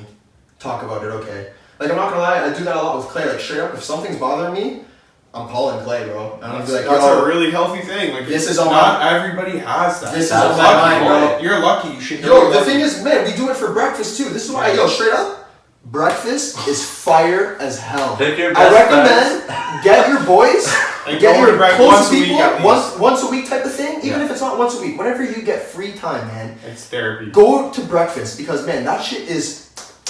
That has. Okay, let's do that. That's just This dope. is boy. some poetic shit. That shit. But that's an example, Noah, of prioritizing time to do things that make you happy and help you. Yeah. And when we go to breakfast, that's a time Breakfast! that I know. When we go to breakfast, What's going on here? What is? That was one of the best things. there's a he's cracking the egg and just cracks that. That's a great meme. That is a great fucking video, man. But that's an example of like prioritizing time that's gonna make you happy. Titans are up And that's the whole 12-6 on the idea, right? Browns. They're up on the Browns? Yeah, the offense is struggling for Cleveland. Weird. Yeah, it's trippy. I don't really know what's going on. But yeah, how, you were saying like that whole breakfast thing. It doesn't even just have to be breakfast. It can be that's like our hoops. example. I'm playing hoops with my boys every Sunday. Let's say that's another thing where you just kind of get together. You forget about all the problems that you have in your life, and then, or you bring it to the table and have that discussion. You gotta talk about shit. You man. have to. If there's people out here that are, and this is serious. I don't even want to joke about this. Because if there's people who are really struggling right now, listening right now. Talk to me. Go to my Twitter. Just DM me. Yeah, you can talk Straight to up. me. Yo, I actually love talking to people. that. Like, there's nothing I like more than just straight up having a conversation. Man, how are you feeling today, dude? Bro, that's like, man. I don't ask mind someone that at how all. they're feeling. Straight up, that means Ask a lot them how to they're people. feeling. And be bro. prepared to be. Yeah, and be prepared if they don't hit you with the. I'm not So so here, good. And this so is here, why I just want to point something out though. You were saying just to ask someone how they're doing is the same thing as it's the same commenting on someone's as pic. commenting on someone's pic. That's why it matters. Okay, so much for some it's people, like, I just it want matters someone to that care much, about man. me. It matters that much for some people. I Yeah, see what because you're saying. to some people now you see because you understand how it feels to have somebody ask you, man, how's your day? Yeah. What's wrong with you? You want to Yeah, talk? yeah. So and so. It's like that's what I was saying. Is like almost sometimes it's a cry for help. It's disguised in the form of a that's post. You know what I think though? You would be know what I think, though? surprised I how many recognize- times that's a thing. And that's my whole point where I recognize that, and it's sad. It is sad because you know what? I don't think you should have to rely on social media for that thing. You know Well, what I mean? if you need it, it's just about, and this is something me and Noah talk about all the time. Like, you need to let people know that are important in your life what you need.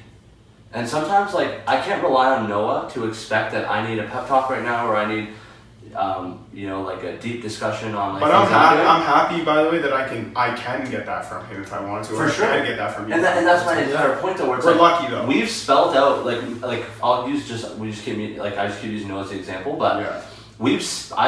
we basically spelled out to each other what we find value in terms of like what we provide for each other. Mm-hmm. So we know what we need to do. Like I know what Noah, like what version of myself Noah needs in order to get, you know what I mean? And like it's vice versa. Like he and that's at the forefront of Straight everything. up, it's you know what it is. It's being a good friend and knowing how to be a good friend. Yeah, That's but all it is. Man. but sometimes you gotta spell out to people. You can't expect people to, and this is the problem. You can't. I think And this that's is what what I'm I'm saying. saying, It's know like you that. have to let them know how to actually know how to let you take over. I don't You know what? This is You the know what whole makes a thing. shitty friend though?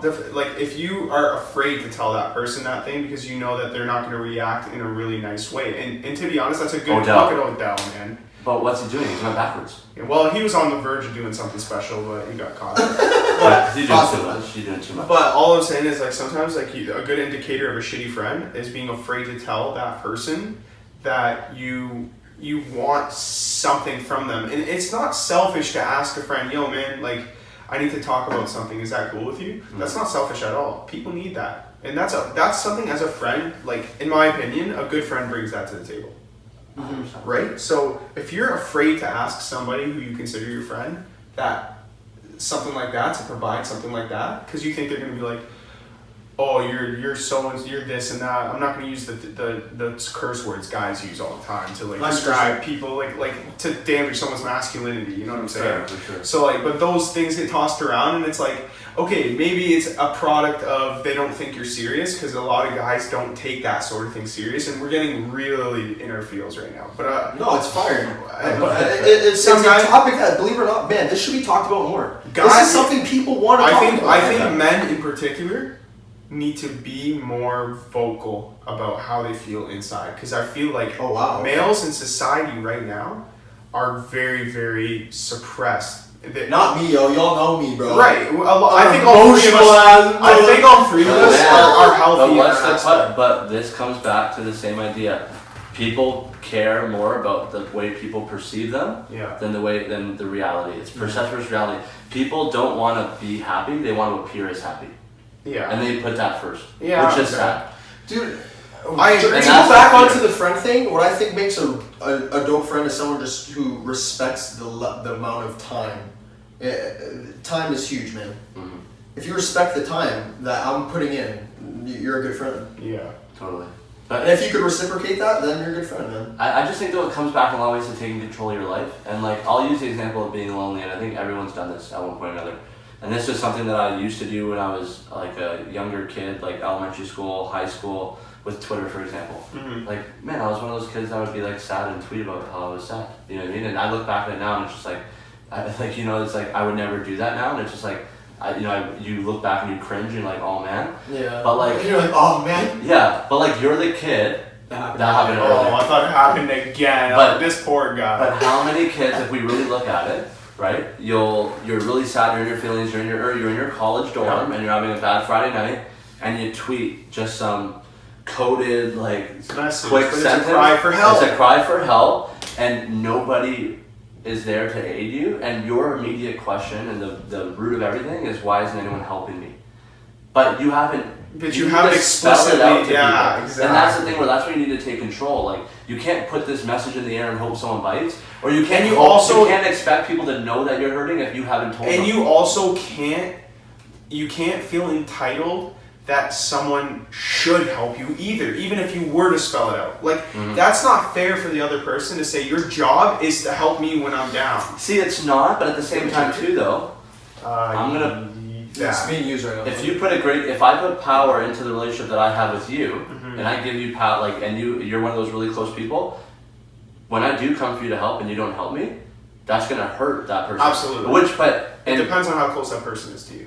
No, yeah, I you feel like got the power in the right people's hands. hands. I feel like if I call Noah up and I say, dude, I'm having the worst day ever, I need your help now. Whether you come to my house, whether we talk on the phone, Noah's gonna do whatever he can to be there.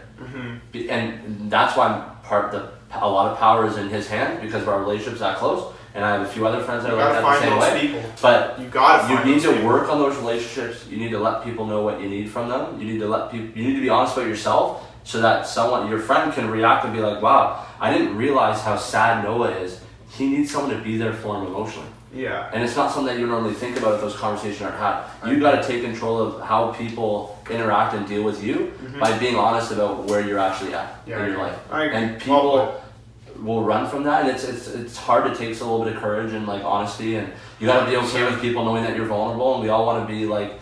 And this is funny, like when I was a kid, I used to love Joe Budden, and people would be like, man, why do you like Joe Budden? Fuck that, I hated that stage. I'll make one little point here. The one thing I really respected about him as an artist, and it spoke to what I was going through as a kid, in hip-hop music, there's this whole thing about being perfect, being untouchable, having the most money, most girls, I can do whatever. Yeah. His music, alpha male. His music, he went the opposite way, and he was very honest about his own struggles and things that he was not good with. Yeah. And I thought in a world or in a genre where people are respected for being untouchable, it takes a great deal of courage to be the guy. Yeah, but you know what? On the other side of that opening the curtain to the other side. On the other side of that, Drake is on top of the game, and he is.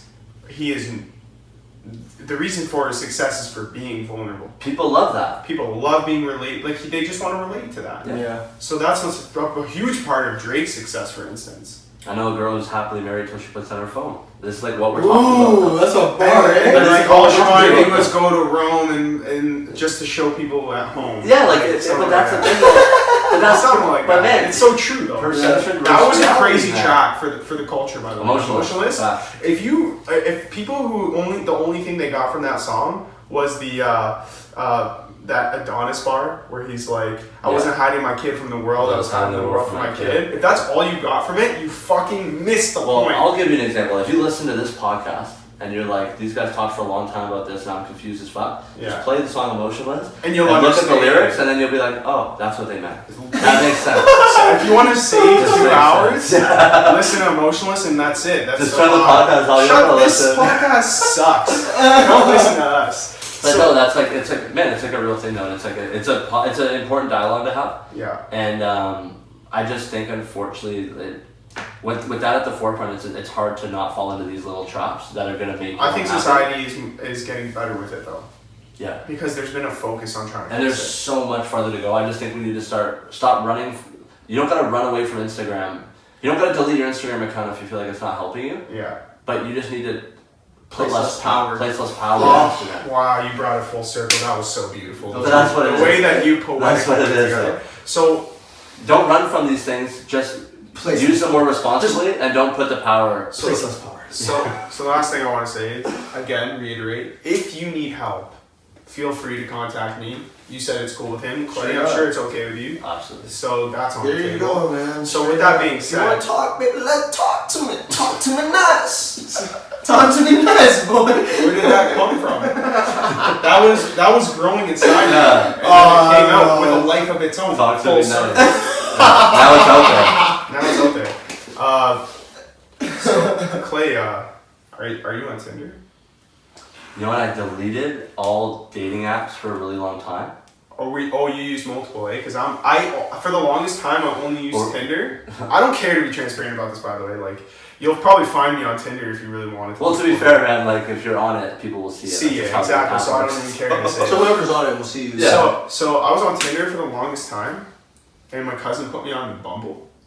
And to be honest, bro, Bumble's way better. Well, let's wait. Well, spell out the difference. Like, For this people that is don't know. not. You gotta spell out the difference of Bumble and Tinder for people that don't know. On Bumble. Shut up! If you don't know what the difference between Tinder and Bumble, you're fucking lying. Everybody's on it. No, Everybody's on it. That's why I don't care to admit But it. I've seen everyone. Okay, on but it. you have to assume that there's some people that may listen that don't know. The difference between Bumble and Tinder is on Bumble, the girl has to reach out to you. Yes, which is cool, but that's not the only reason why I like it. But that is the defining. What's the other reason why you like it? Bumble, I feel like people take it more serious. Like Tinder, like okay, this is gonna be terrible. Okay, and I don't do this. Is it anymore. gonna be terrible though? I don't do this anymore, but definitely when I first got Tinder, my muscle memory was Swipe right. Oh wow, that's crazy. I know people like that. Like my I know first a lot. instinct when I go on Tinder is to not take it serious, right? But I'm at a point in my life that, like, to be honest, I'm over that whole, you know what I mean? Like, have a relationship with a person for the day, and then you move on. You know what I'm saying? Like, that doesn't appeal to me anymore. Okay. That doesn't appeal. I'm just, like, bored of that. Yeah. I'm bored. You want to see if you could actually meet a dope ass chick.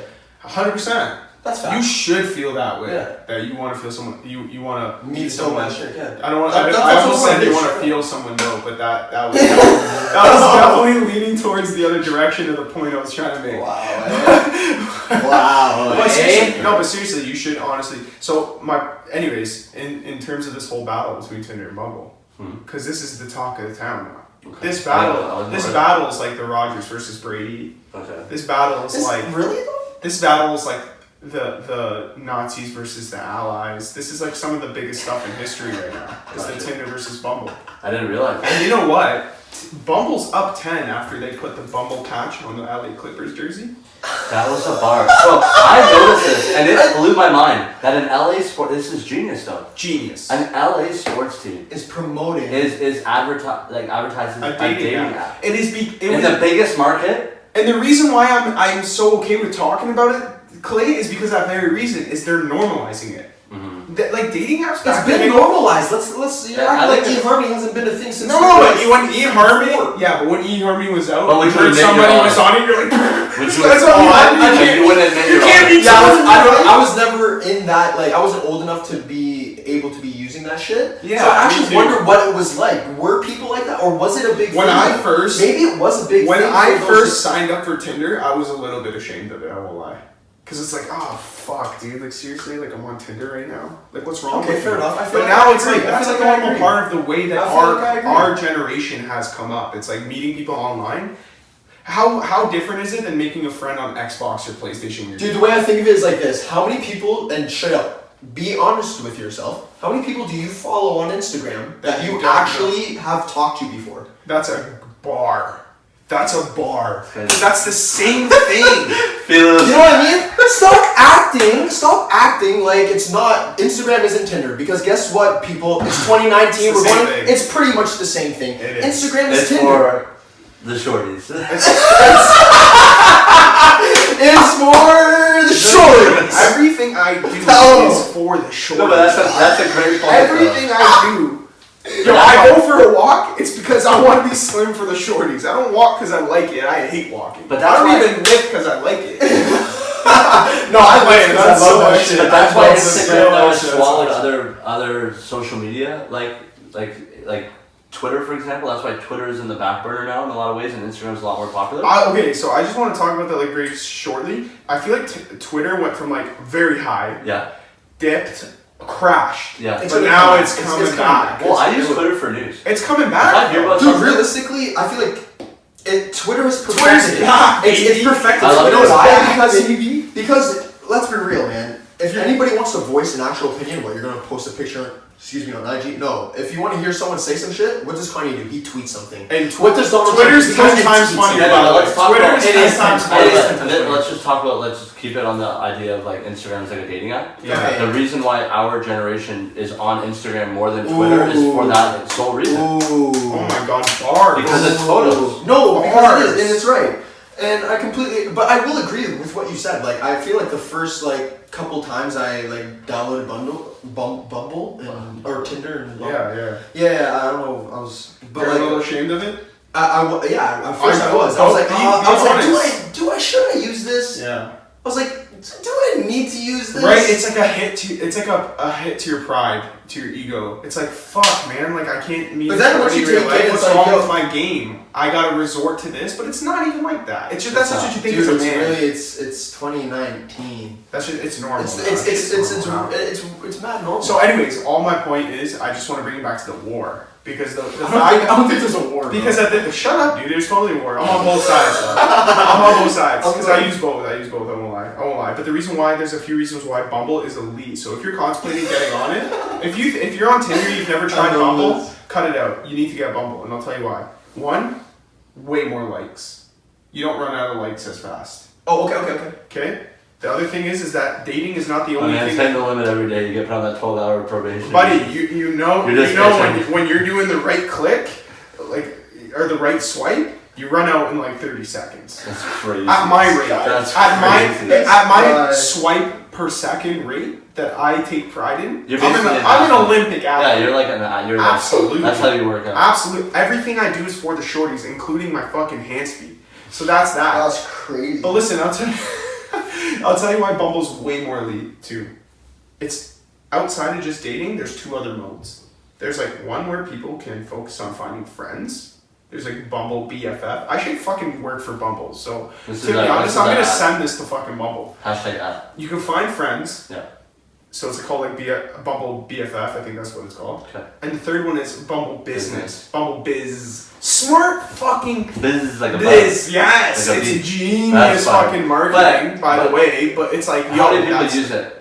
It doesn't matter. People. Let's be real. Who's using it? I thought about you know what I think. You know why? CEOs go on Bumble for business and be like, yo, this is no, it's not that. Resume and shit. It's not about CEOs. It's not about that. It's not about that. IDK, some Julie. This is what they want. This is what they wanted to accomplish with that feature, is to bring collaborations. It's like, I need to work with someone it's good with camera work. I need someone who knows how to build an app. It's connecting people who have different skills because because now is the age of entrepreneurship. Especially with the ease of being able to network and connect with people, it's the age of entrepreneurship. Yeah. That's why I'm able to sit with you guys today and share this post with like whoever wants to watch it. Yeah. You know what I mean? And it could go somewhere. But that whole Bumble Biz is a genius idea. Like, even whether or not you decide to use it or not, you might not be like into business. Some people who are, it's really smart. Well, any opportunity to network, and like that's the whole thing. And this is why I talk about like the internet providing resources. Like, there's so many tools. Powerful. There's so many. Being stuck in a town, or if you didn't have the internet and you couldn't reach out to people, you rely solely on your friends. So if my only friend is Noah and my mom, and Ray and my dad, if I have like 4 people I know, if you guys don't edit stuff, I'm stuck. I'm sorry, I can't do it. Yeah. But when you have the internet, you can either learn how to do it yourself, or you have opportunities to network with people through apps like this. Yeah. And then you can find the person that's going to do that, right? Yes. Dude, my favorite band, the Lumineers, okay? Their cello player, Nyla Picard, they found her on like an ad on the internet. Yeah. They were playing in a town that she was in, they needed a cello player. Yeah. And she showed up. And then, wow. Now they're the Lumineers. Wow. But like that's the power of the internet. That's gonna be the title of this episode, is Power of the Internet. It's insane. Because the power of the internet can go good, bad. It can go bad. Yeah. It can go informational. You just gotta put the power in the right place. You gotta put the power. The internet. Okay, see, because the internet is not one thing. The internet is one thing. It is an extension of our lives. Yeah. So it's like. Dude, that juke was rude, boy! AJ, bro, this guy's a beast. he's a rookie, eh? I'm telling you, that left foot just like planted in the foot, I'm going this Hey, way. rookies are built different. They are nowadays, bro. Evolution is working its fucking magic right now. It's messed up. I want to see Baker Mayfield on the fucking field right now. It's pissing me off. My fantasy week this year is done. Or this week, sorry. Me and Noah are like really tight right now, to be honest. Like, Ertz and I haven't checked my game. Ertz and Landry aren't doing anything for me. I need to check that. I haven't checked Wentz that. isn't doing anything for me. He's my fucking starting QB. That hurts the most because QBs are supposed to produce. Yeah, yo, Cam Newton's not doing anything for me either, so. I think QBs are having a bad week in general right now, besides Lamar Jackson. Okay, there we go, Cam. I think Mahomes is hooping too. Mahomes is always hooping. I don't know the score, but before he was. He's always. Well, the second half's just starting, so. Yeah, I'm out of topics right now though. I feel like we like unpack. I don't know how long we've been doing this for. Like, I can check right now. Maybe we can wrap things up and watch some football.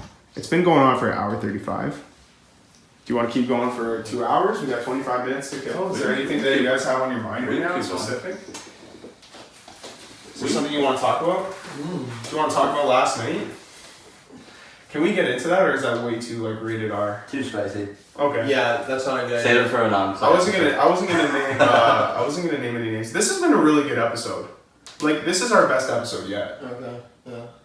Like honestly, in my opinion, this has been like the. I like the topics we've been I covering knew it was going recently. to be. Yeah. As soon as I heard I want it to was hear coming what out, other people have to say. I want to hear Where's what the back? Yeah. Towards the back. Yeah. It's nice having Clay around, man. You're the boy. Honestly, you're a good conversation too. Like, Yeah.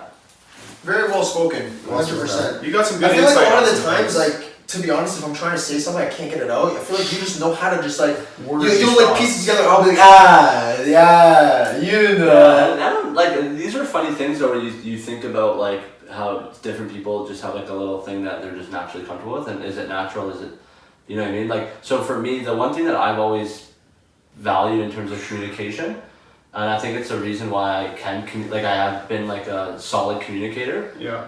When I was younger and I was like, my mom had me write letters. Oh 'Cause I was like yeah. a kid, so my mom would make me write letters to people that I was like when I was like feeling down. So You just wouldn't send. because I it struggled with away. mental health when I was a kid, like forever. Like I remember in my elementary school, I started struggling at one point, and they brought in like a social worker, and I would go leave class like once. I don't know if it was like once a week or something, to like go talk to them for a little bit. I didn't really find it very helpful, to be quite honest with you, but it was something that we did. But my mom would make me write letters to people, and she wouldn't let me send them. It was just like, write it, don't send it. Yeah, And just I so feel you're like you can be emotional. a- I built 100% the honest. and it's like building the muscle, right? Like I built the muscle of like putting my thoughts to words. Yeah. And I think because I did that for so long, it's something that like I just got naturally like That's pretty real. fluent with, right? That's real. But I think, man, it's like, and me and Noah actually had this conversation too, and it's like, what if there's anything you want to pass down? So like when we talked about like our little cousins, little brothers, or youth in like your life, like young people that you know, what is the message or what are the lessons that you want to instill, right? Are you asking me, or is that a rhetorical? Well, no, I'm curious. Like, what would you sort of think? We talked about 100% that anything you put your mind to, you can achieve it. Mm-hmm. That's Self-belief. Yeah, it's because like, listen, man, like if you really want what to you be put your something, time into is what you're. Yeah, I agree with that. I tell that my. you my become brothers what you a lot. want to be, bro. You 100%. really become who you want to be. You are, and also that you're a product of the 5 closest people to you. To value the people Yeah, you have like around. surround yourself with people who you want to aspire to be, and people who provide, who will help you grow. Like I mean, a thing that was weird was like noticing like which people, like it surprised me, to be honest, like which people I thought in my life like who showed me like, oh shit, like this person's actually helping me grow. Like I didn't even realize that. So I feel like noticing that those type of things is something I definitely give advice to my younger brothers for sure. Also did not be afraid to let somebody go from your life that's also holding you back. It is not being a good person to you, because that can be some of the most damaging relationships that you can have in your life, and that can cause the most damage, bro. Like the people that you were expecting to give your, like, again, we're talking about the whole ratio thing. It's like, nothing feels worse than putting in more effort and getting a fraction of it back. Mm-hmm. You know, like if I got 45% from someone, but I was giving them 55, I can live with that. Yeah. That might be their personality type. Yeah. I might be more of like a, or just where you are in life. You might just be in a position where you're going to provide more value. Exactly. To the person for you. Or You they might nailed be it. busy with certain things. Yeah. Yeah. You nailed it. Understandable. So for me, it was like, I think that the most important things is just to value the people who are around you, and to also be a hard worker, and you can achieve whatever the fuck you want to achieve. I like that, and it kind of goes with what I thought, and I think it's and I learned this. So this is like some more listening to podcast stuff about basketball, for example. So there's a Carleton Ravens basketball team, the most dominant team in North American collegiate sports. Win national titles every year here, beat American, like are pretty stand up and hold their own against Division I competition. Very good. I was listening to a podcast with their coach Dave Smart. So he was talking about the one message that they give to their players every year is you need to own your confidence. You can never let somebody else take your belief of yourself and your ability away from you. If I have to coach you really hard and tell you you're the worst player ever to get the point across, you can't let yourself believe now that you're the worst player ever. Yeah. And it's like, I think that idea of like never giving someone enough power to change the way you think about yourself, and always always owning that. You know what I mean? And I feel like if you can always be at the forefront of how you feel or how you view yourself and what you're capable of, never let someone else put like a cap on your potential, never let someone else tell you what you can or cannot do. 100%. You need to own your belief system in yourself, and you need to own like the person that you are. 100%. Right? And like never let someone take that away, because I feel like that's something that we've all fallen into, where you let someone tell you that you can do something and you backed away from it. Really funny, you want some backstory on like the whole $1 in a podcast thing, because I did it with Simon Brzezinski, right? What's he up to these days, by the way? Simon is he's in film school. He goes to York for film. What a legend. Yeah, so Simon's a beauty. So Simon, the way that we actually initially bonded for the very first time, and I remember it so vividly. I was my grade 11. It was definitely English class, and we had our ISU culminating activity presentations, right? So I read a story called Black Boy, and now like most kids, when they read their book for their culminating activity, I didn't read it. Right? I didn't either. So like Spark Notes kind of things, like whatever, your kid's gonna get the job done, but I didn't read the book. Okay, but anyway, when I learned about this character, especially fictional stories. Yeah. So so when you do your culminating presentation, the only rule that you basically have is you can't just present your paper. Yeah. You gotta do something a little bit different, right? Yeah.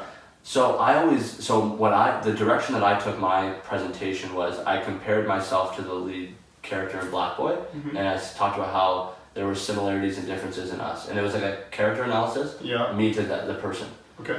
And then it became though this like kind of, I started talking about, because this character, and I can't remember the exact details of the book, but he was basically like a trailblazer, like wasn't supposed to do stuff, but like didn't care what other people thought and just went for it. Okay. And then the presentation in itself kind of became a little bit of like, we've all had people tell us we can't do something, but if you're really passionate about something, you should pursue it. Yeah. And I remember I briefed my friends in the class. And you don't even understand how real that is until you're older, though, which sucks. And me and Simon weren't friends yet at this point. We weren't really like friends.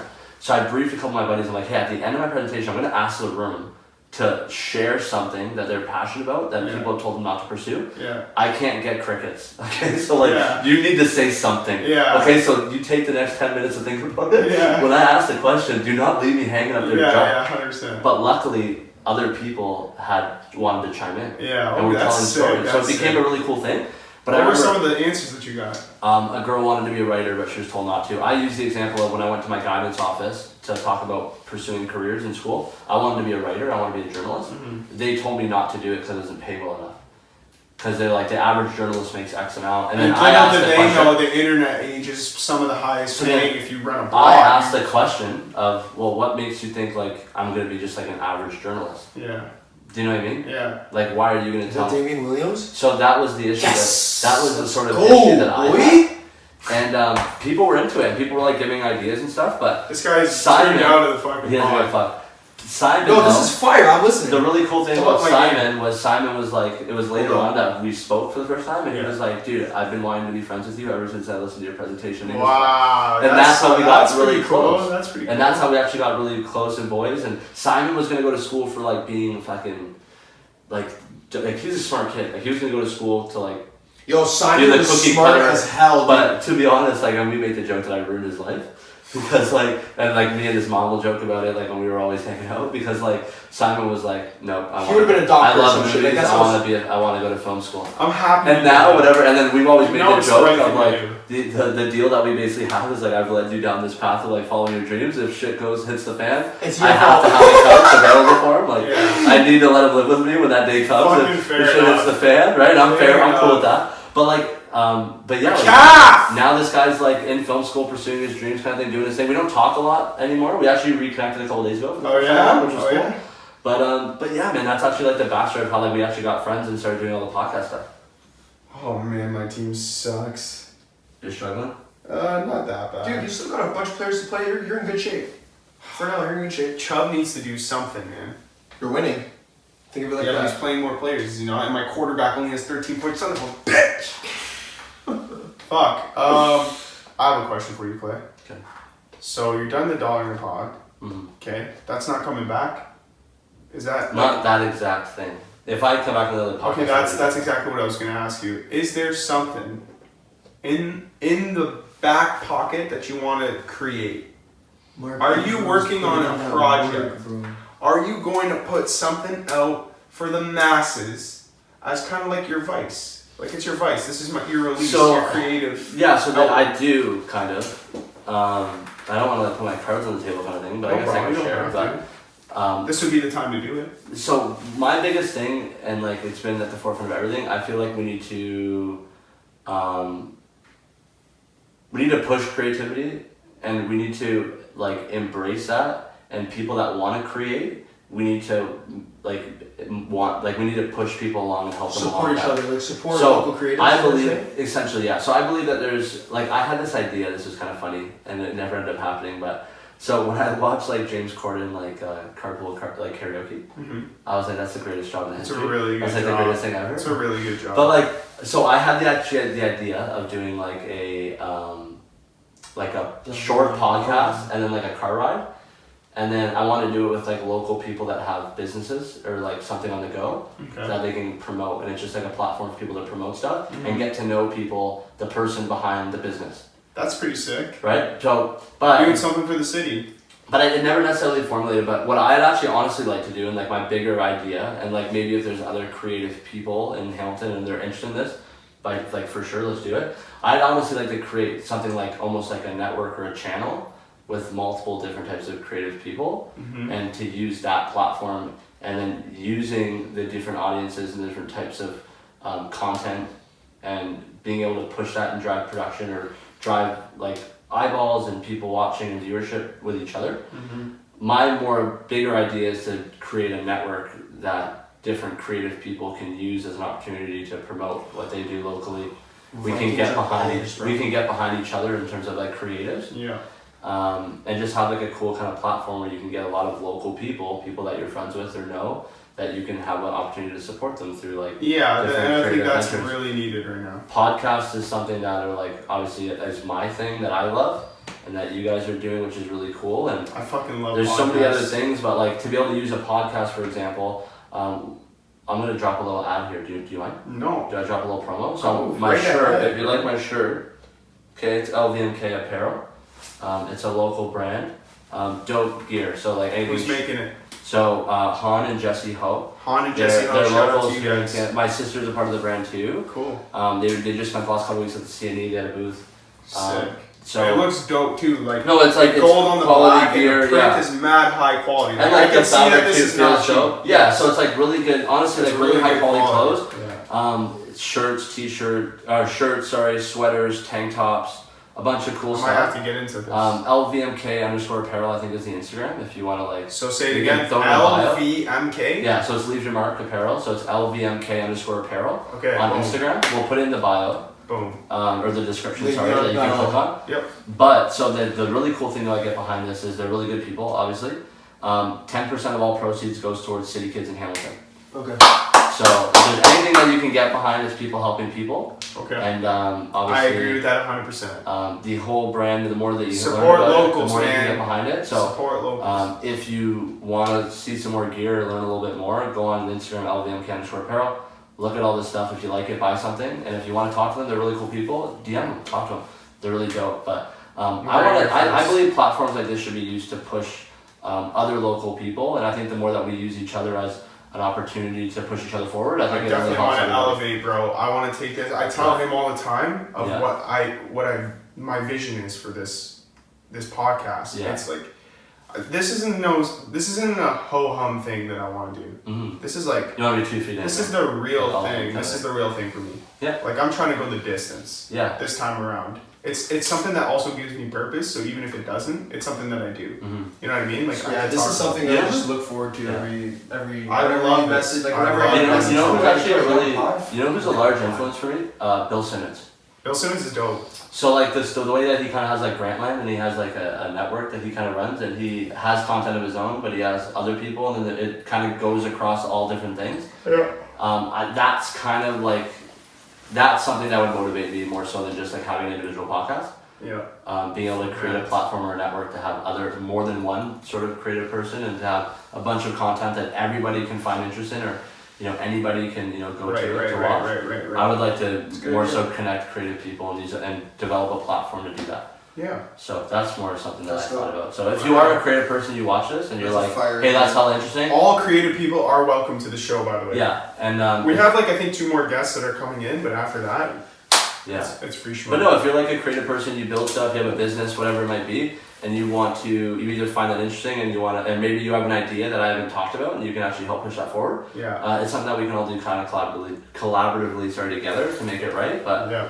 I'll I'll definitely support it. Yeah, reach That's out for to sure. it and we'll make it happen. But that's kind of like a little bit of an idea I have on the back burner, trying to make that happen. Cool, man. That's I hope it works out for you. for sure. So here's my thing. I think it's almost time to wrap up because I want to watch some football. I do on too. you, We've so- been very distracted a little bit throughout Yeah. the course of it too. Which is okay. I expected it. Like every time we do a pod, man, we either had UFC on, football on. So it's like Not that thing. whatever, man. It is what it is. For the most part, we stayed pretty focused for what we were dealing with. Yeah. So let's wrap shit up. Absolutely. I did want to say one more thing, but it's slipping my mind. Is there anything that you want to say before we wrap things up? You've been tuned out. You've been tuned the fuck out for the past like 10, 15 minutes maybe? Yeah. Not really, I've been listening though. Fair enough. I want to say thanks, guys, for having me. That was really cool. Come on, bro. I was You don't happy. have to thank you for You're actually, inspiring like, us. dude, yeah. Straight up. We're You're gonna one of the we're gonna be on inspirational more ones. probably. Like, Absolutely. You're a regular.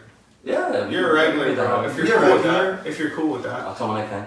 Alright. Like us at the I village, like that. regulars. Wow. Yeah. Are you a super villain? Probably. Holy shit. Like, they got a villain in the news, man. It's my life. Ain't no more games. That's funny. That was But no, awesome. thanks for having me. This is dope. I'm really excited for the direction of this. Obviously, you guys are like both We're really doing the insightful, full 9 yards. really entertaining. Yeah. If you guys are both all in, it's going to be something Thank really you. cool. Respect. And it's going to be great. I can't wait to follow it. Woo! That's a wrap. Man, good pod. We're 4 for 4 right now. Fire. Alright, let's wrap it up.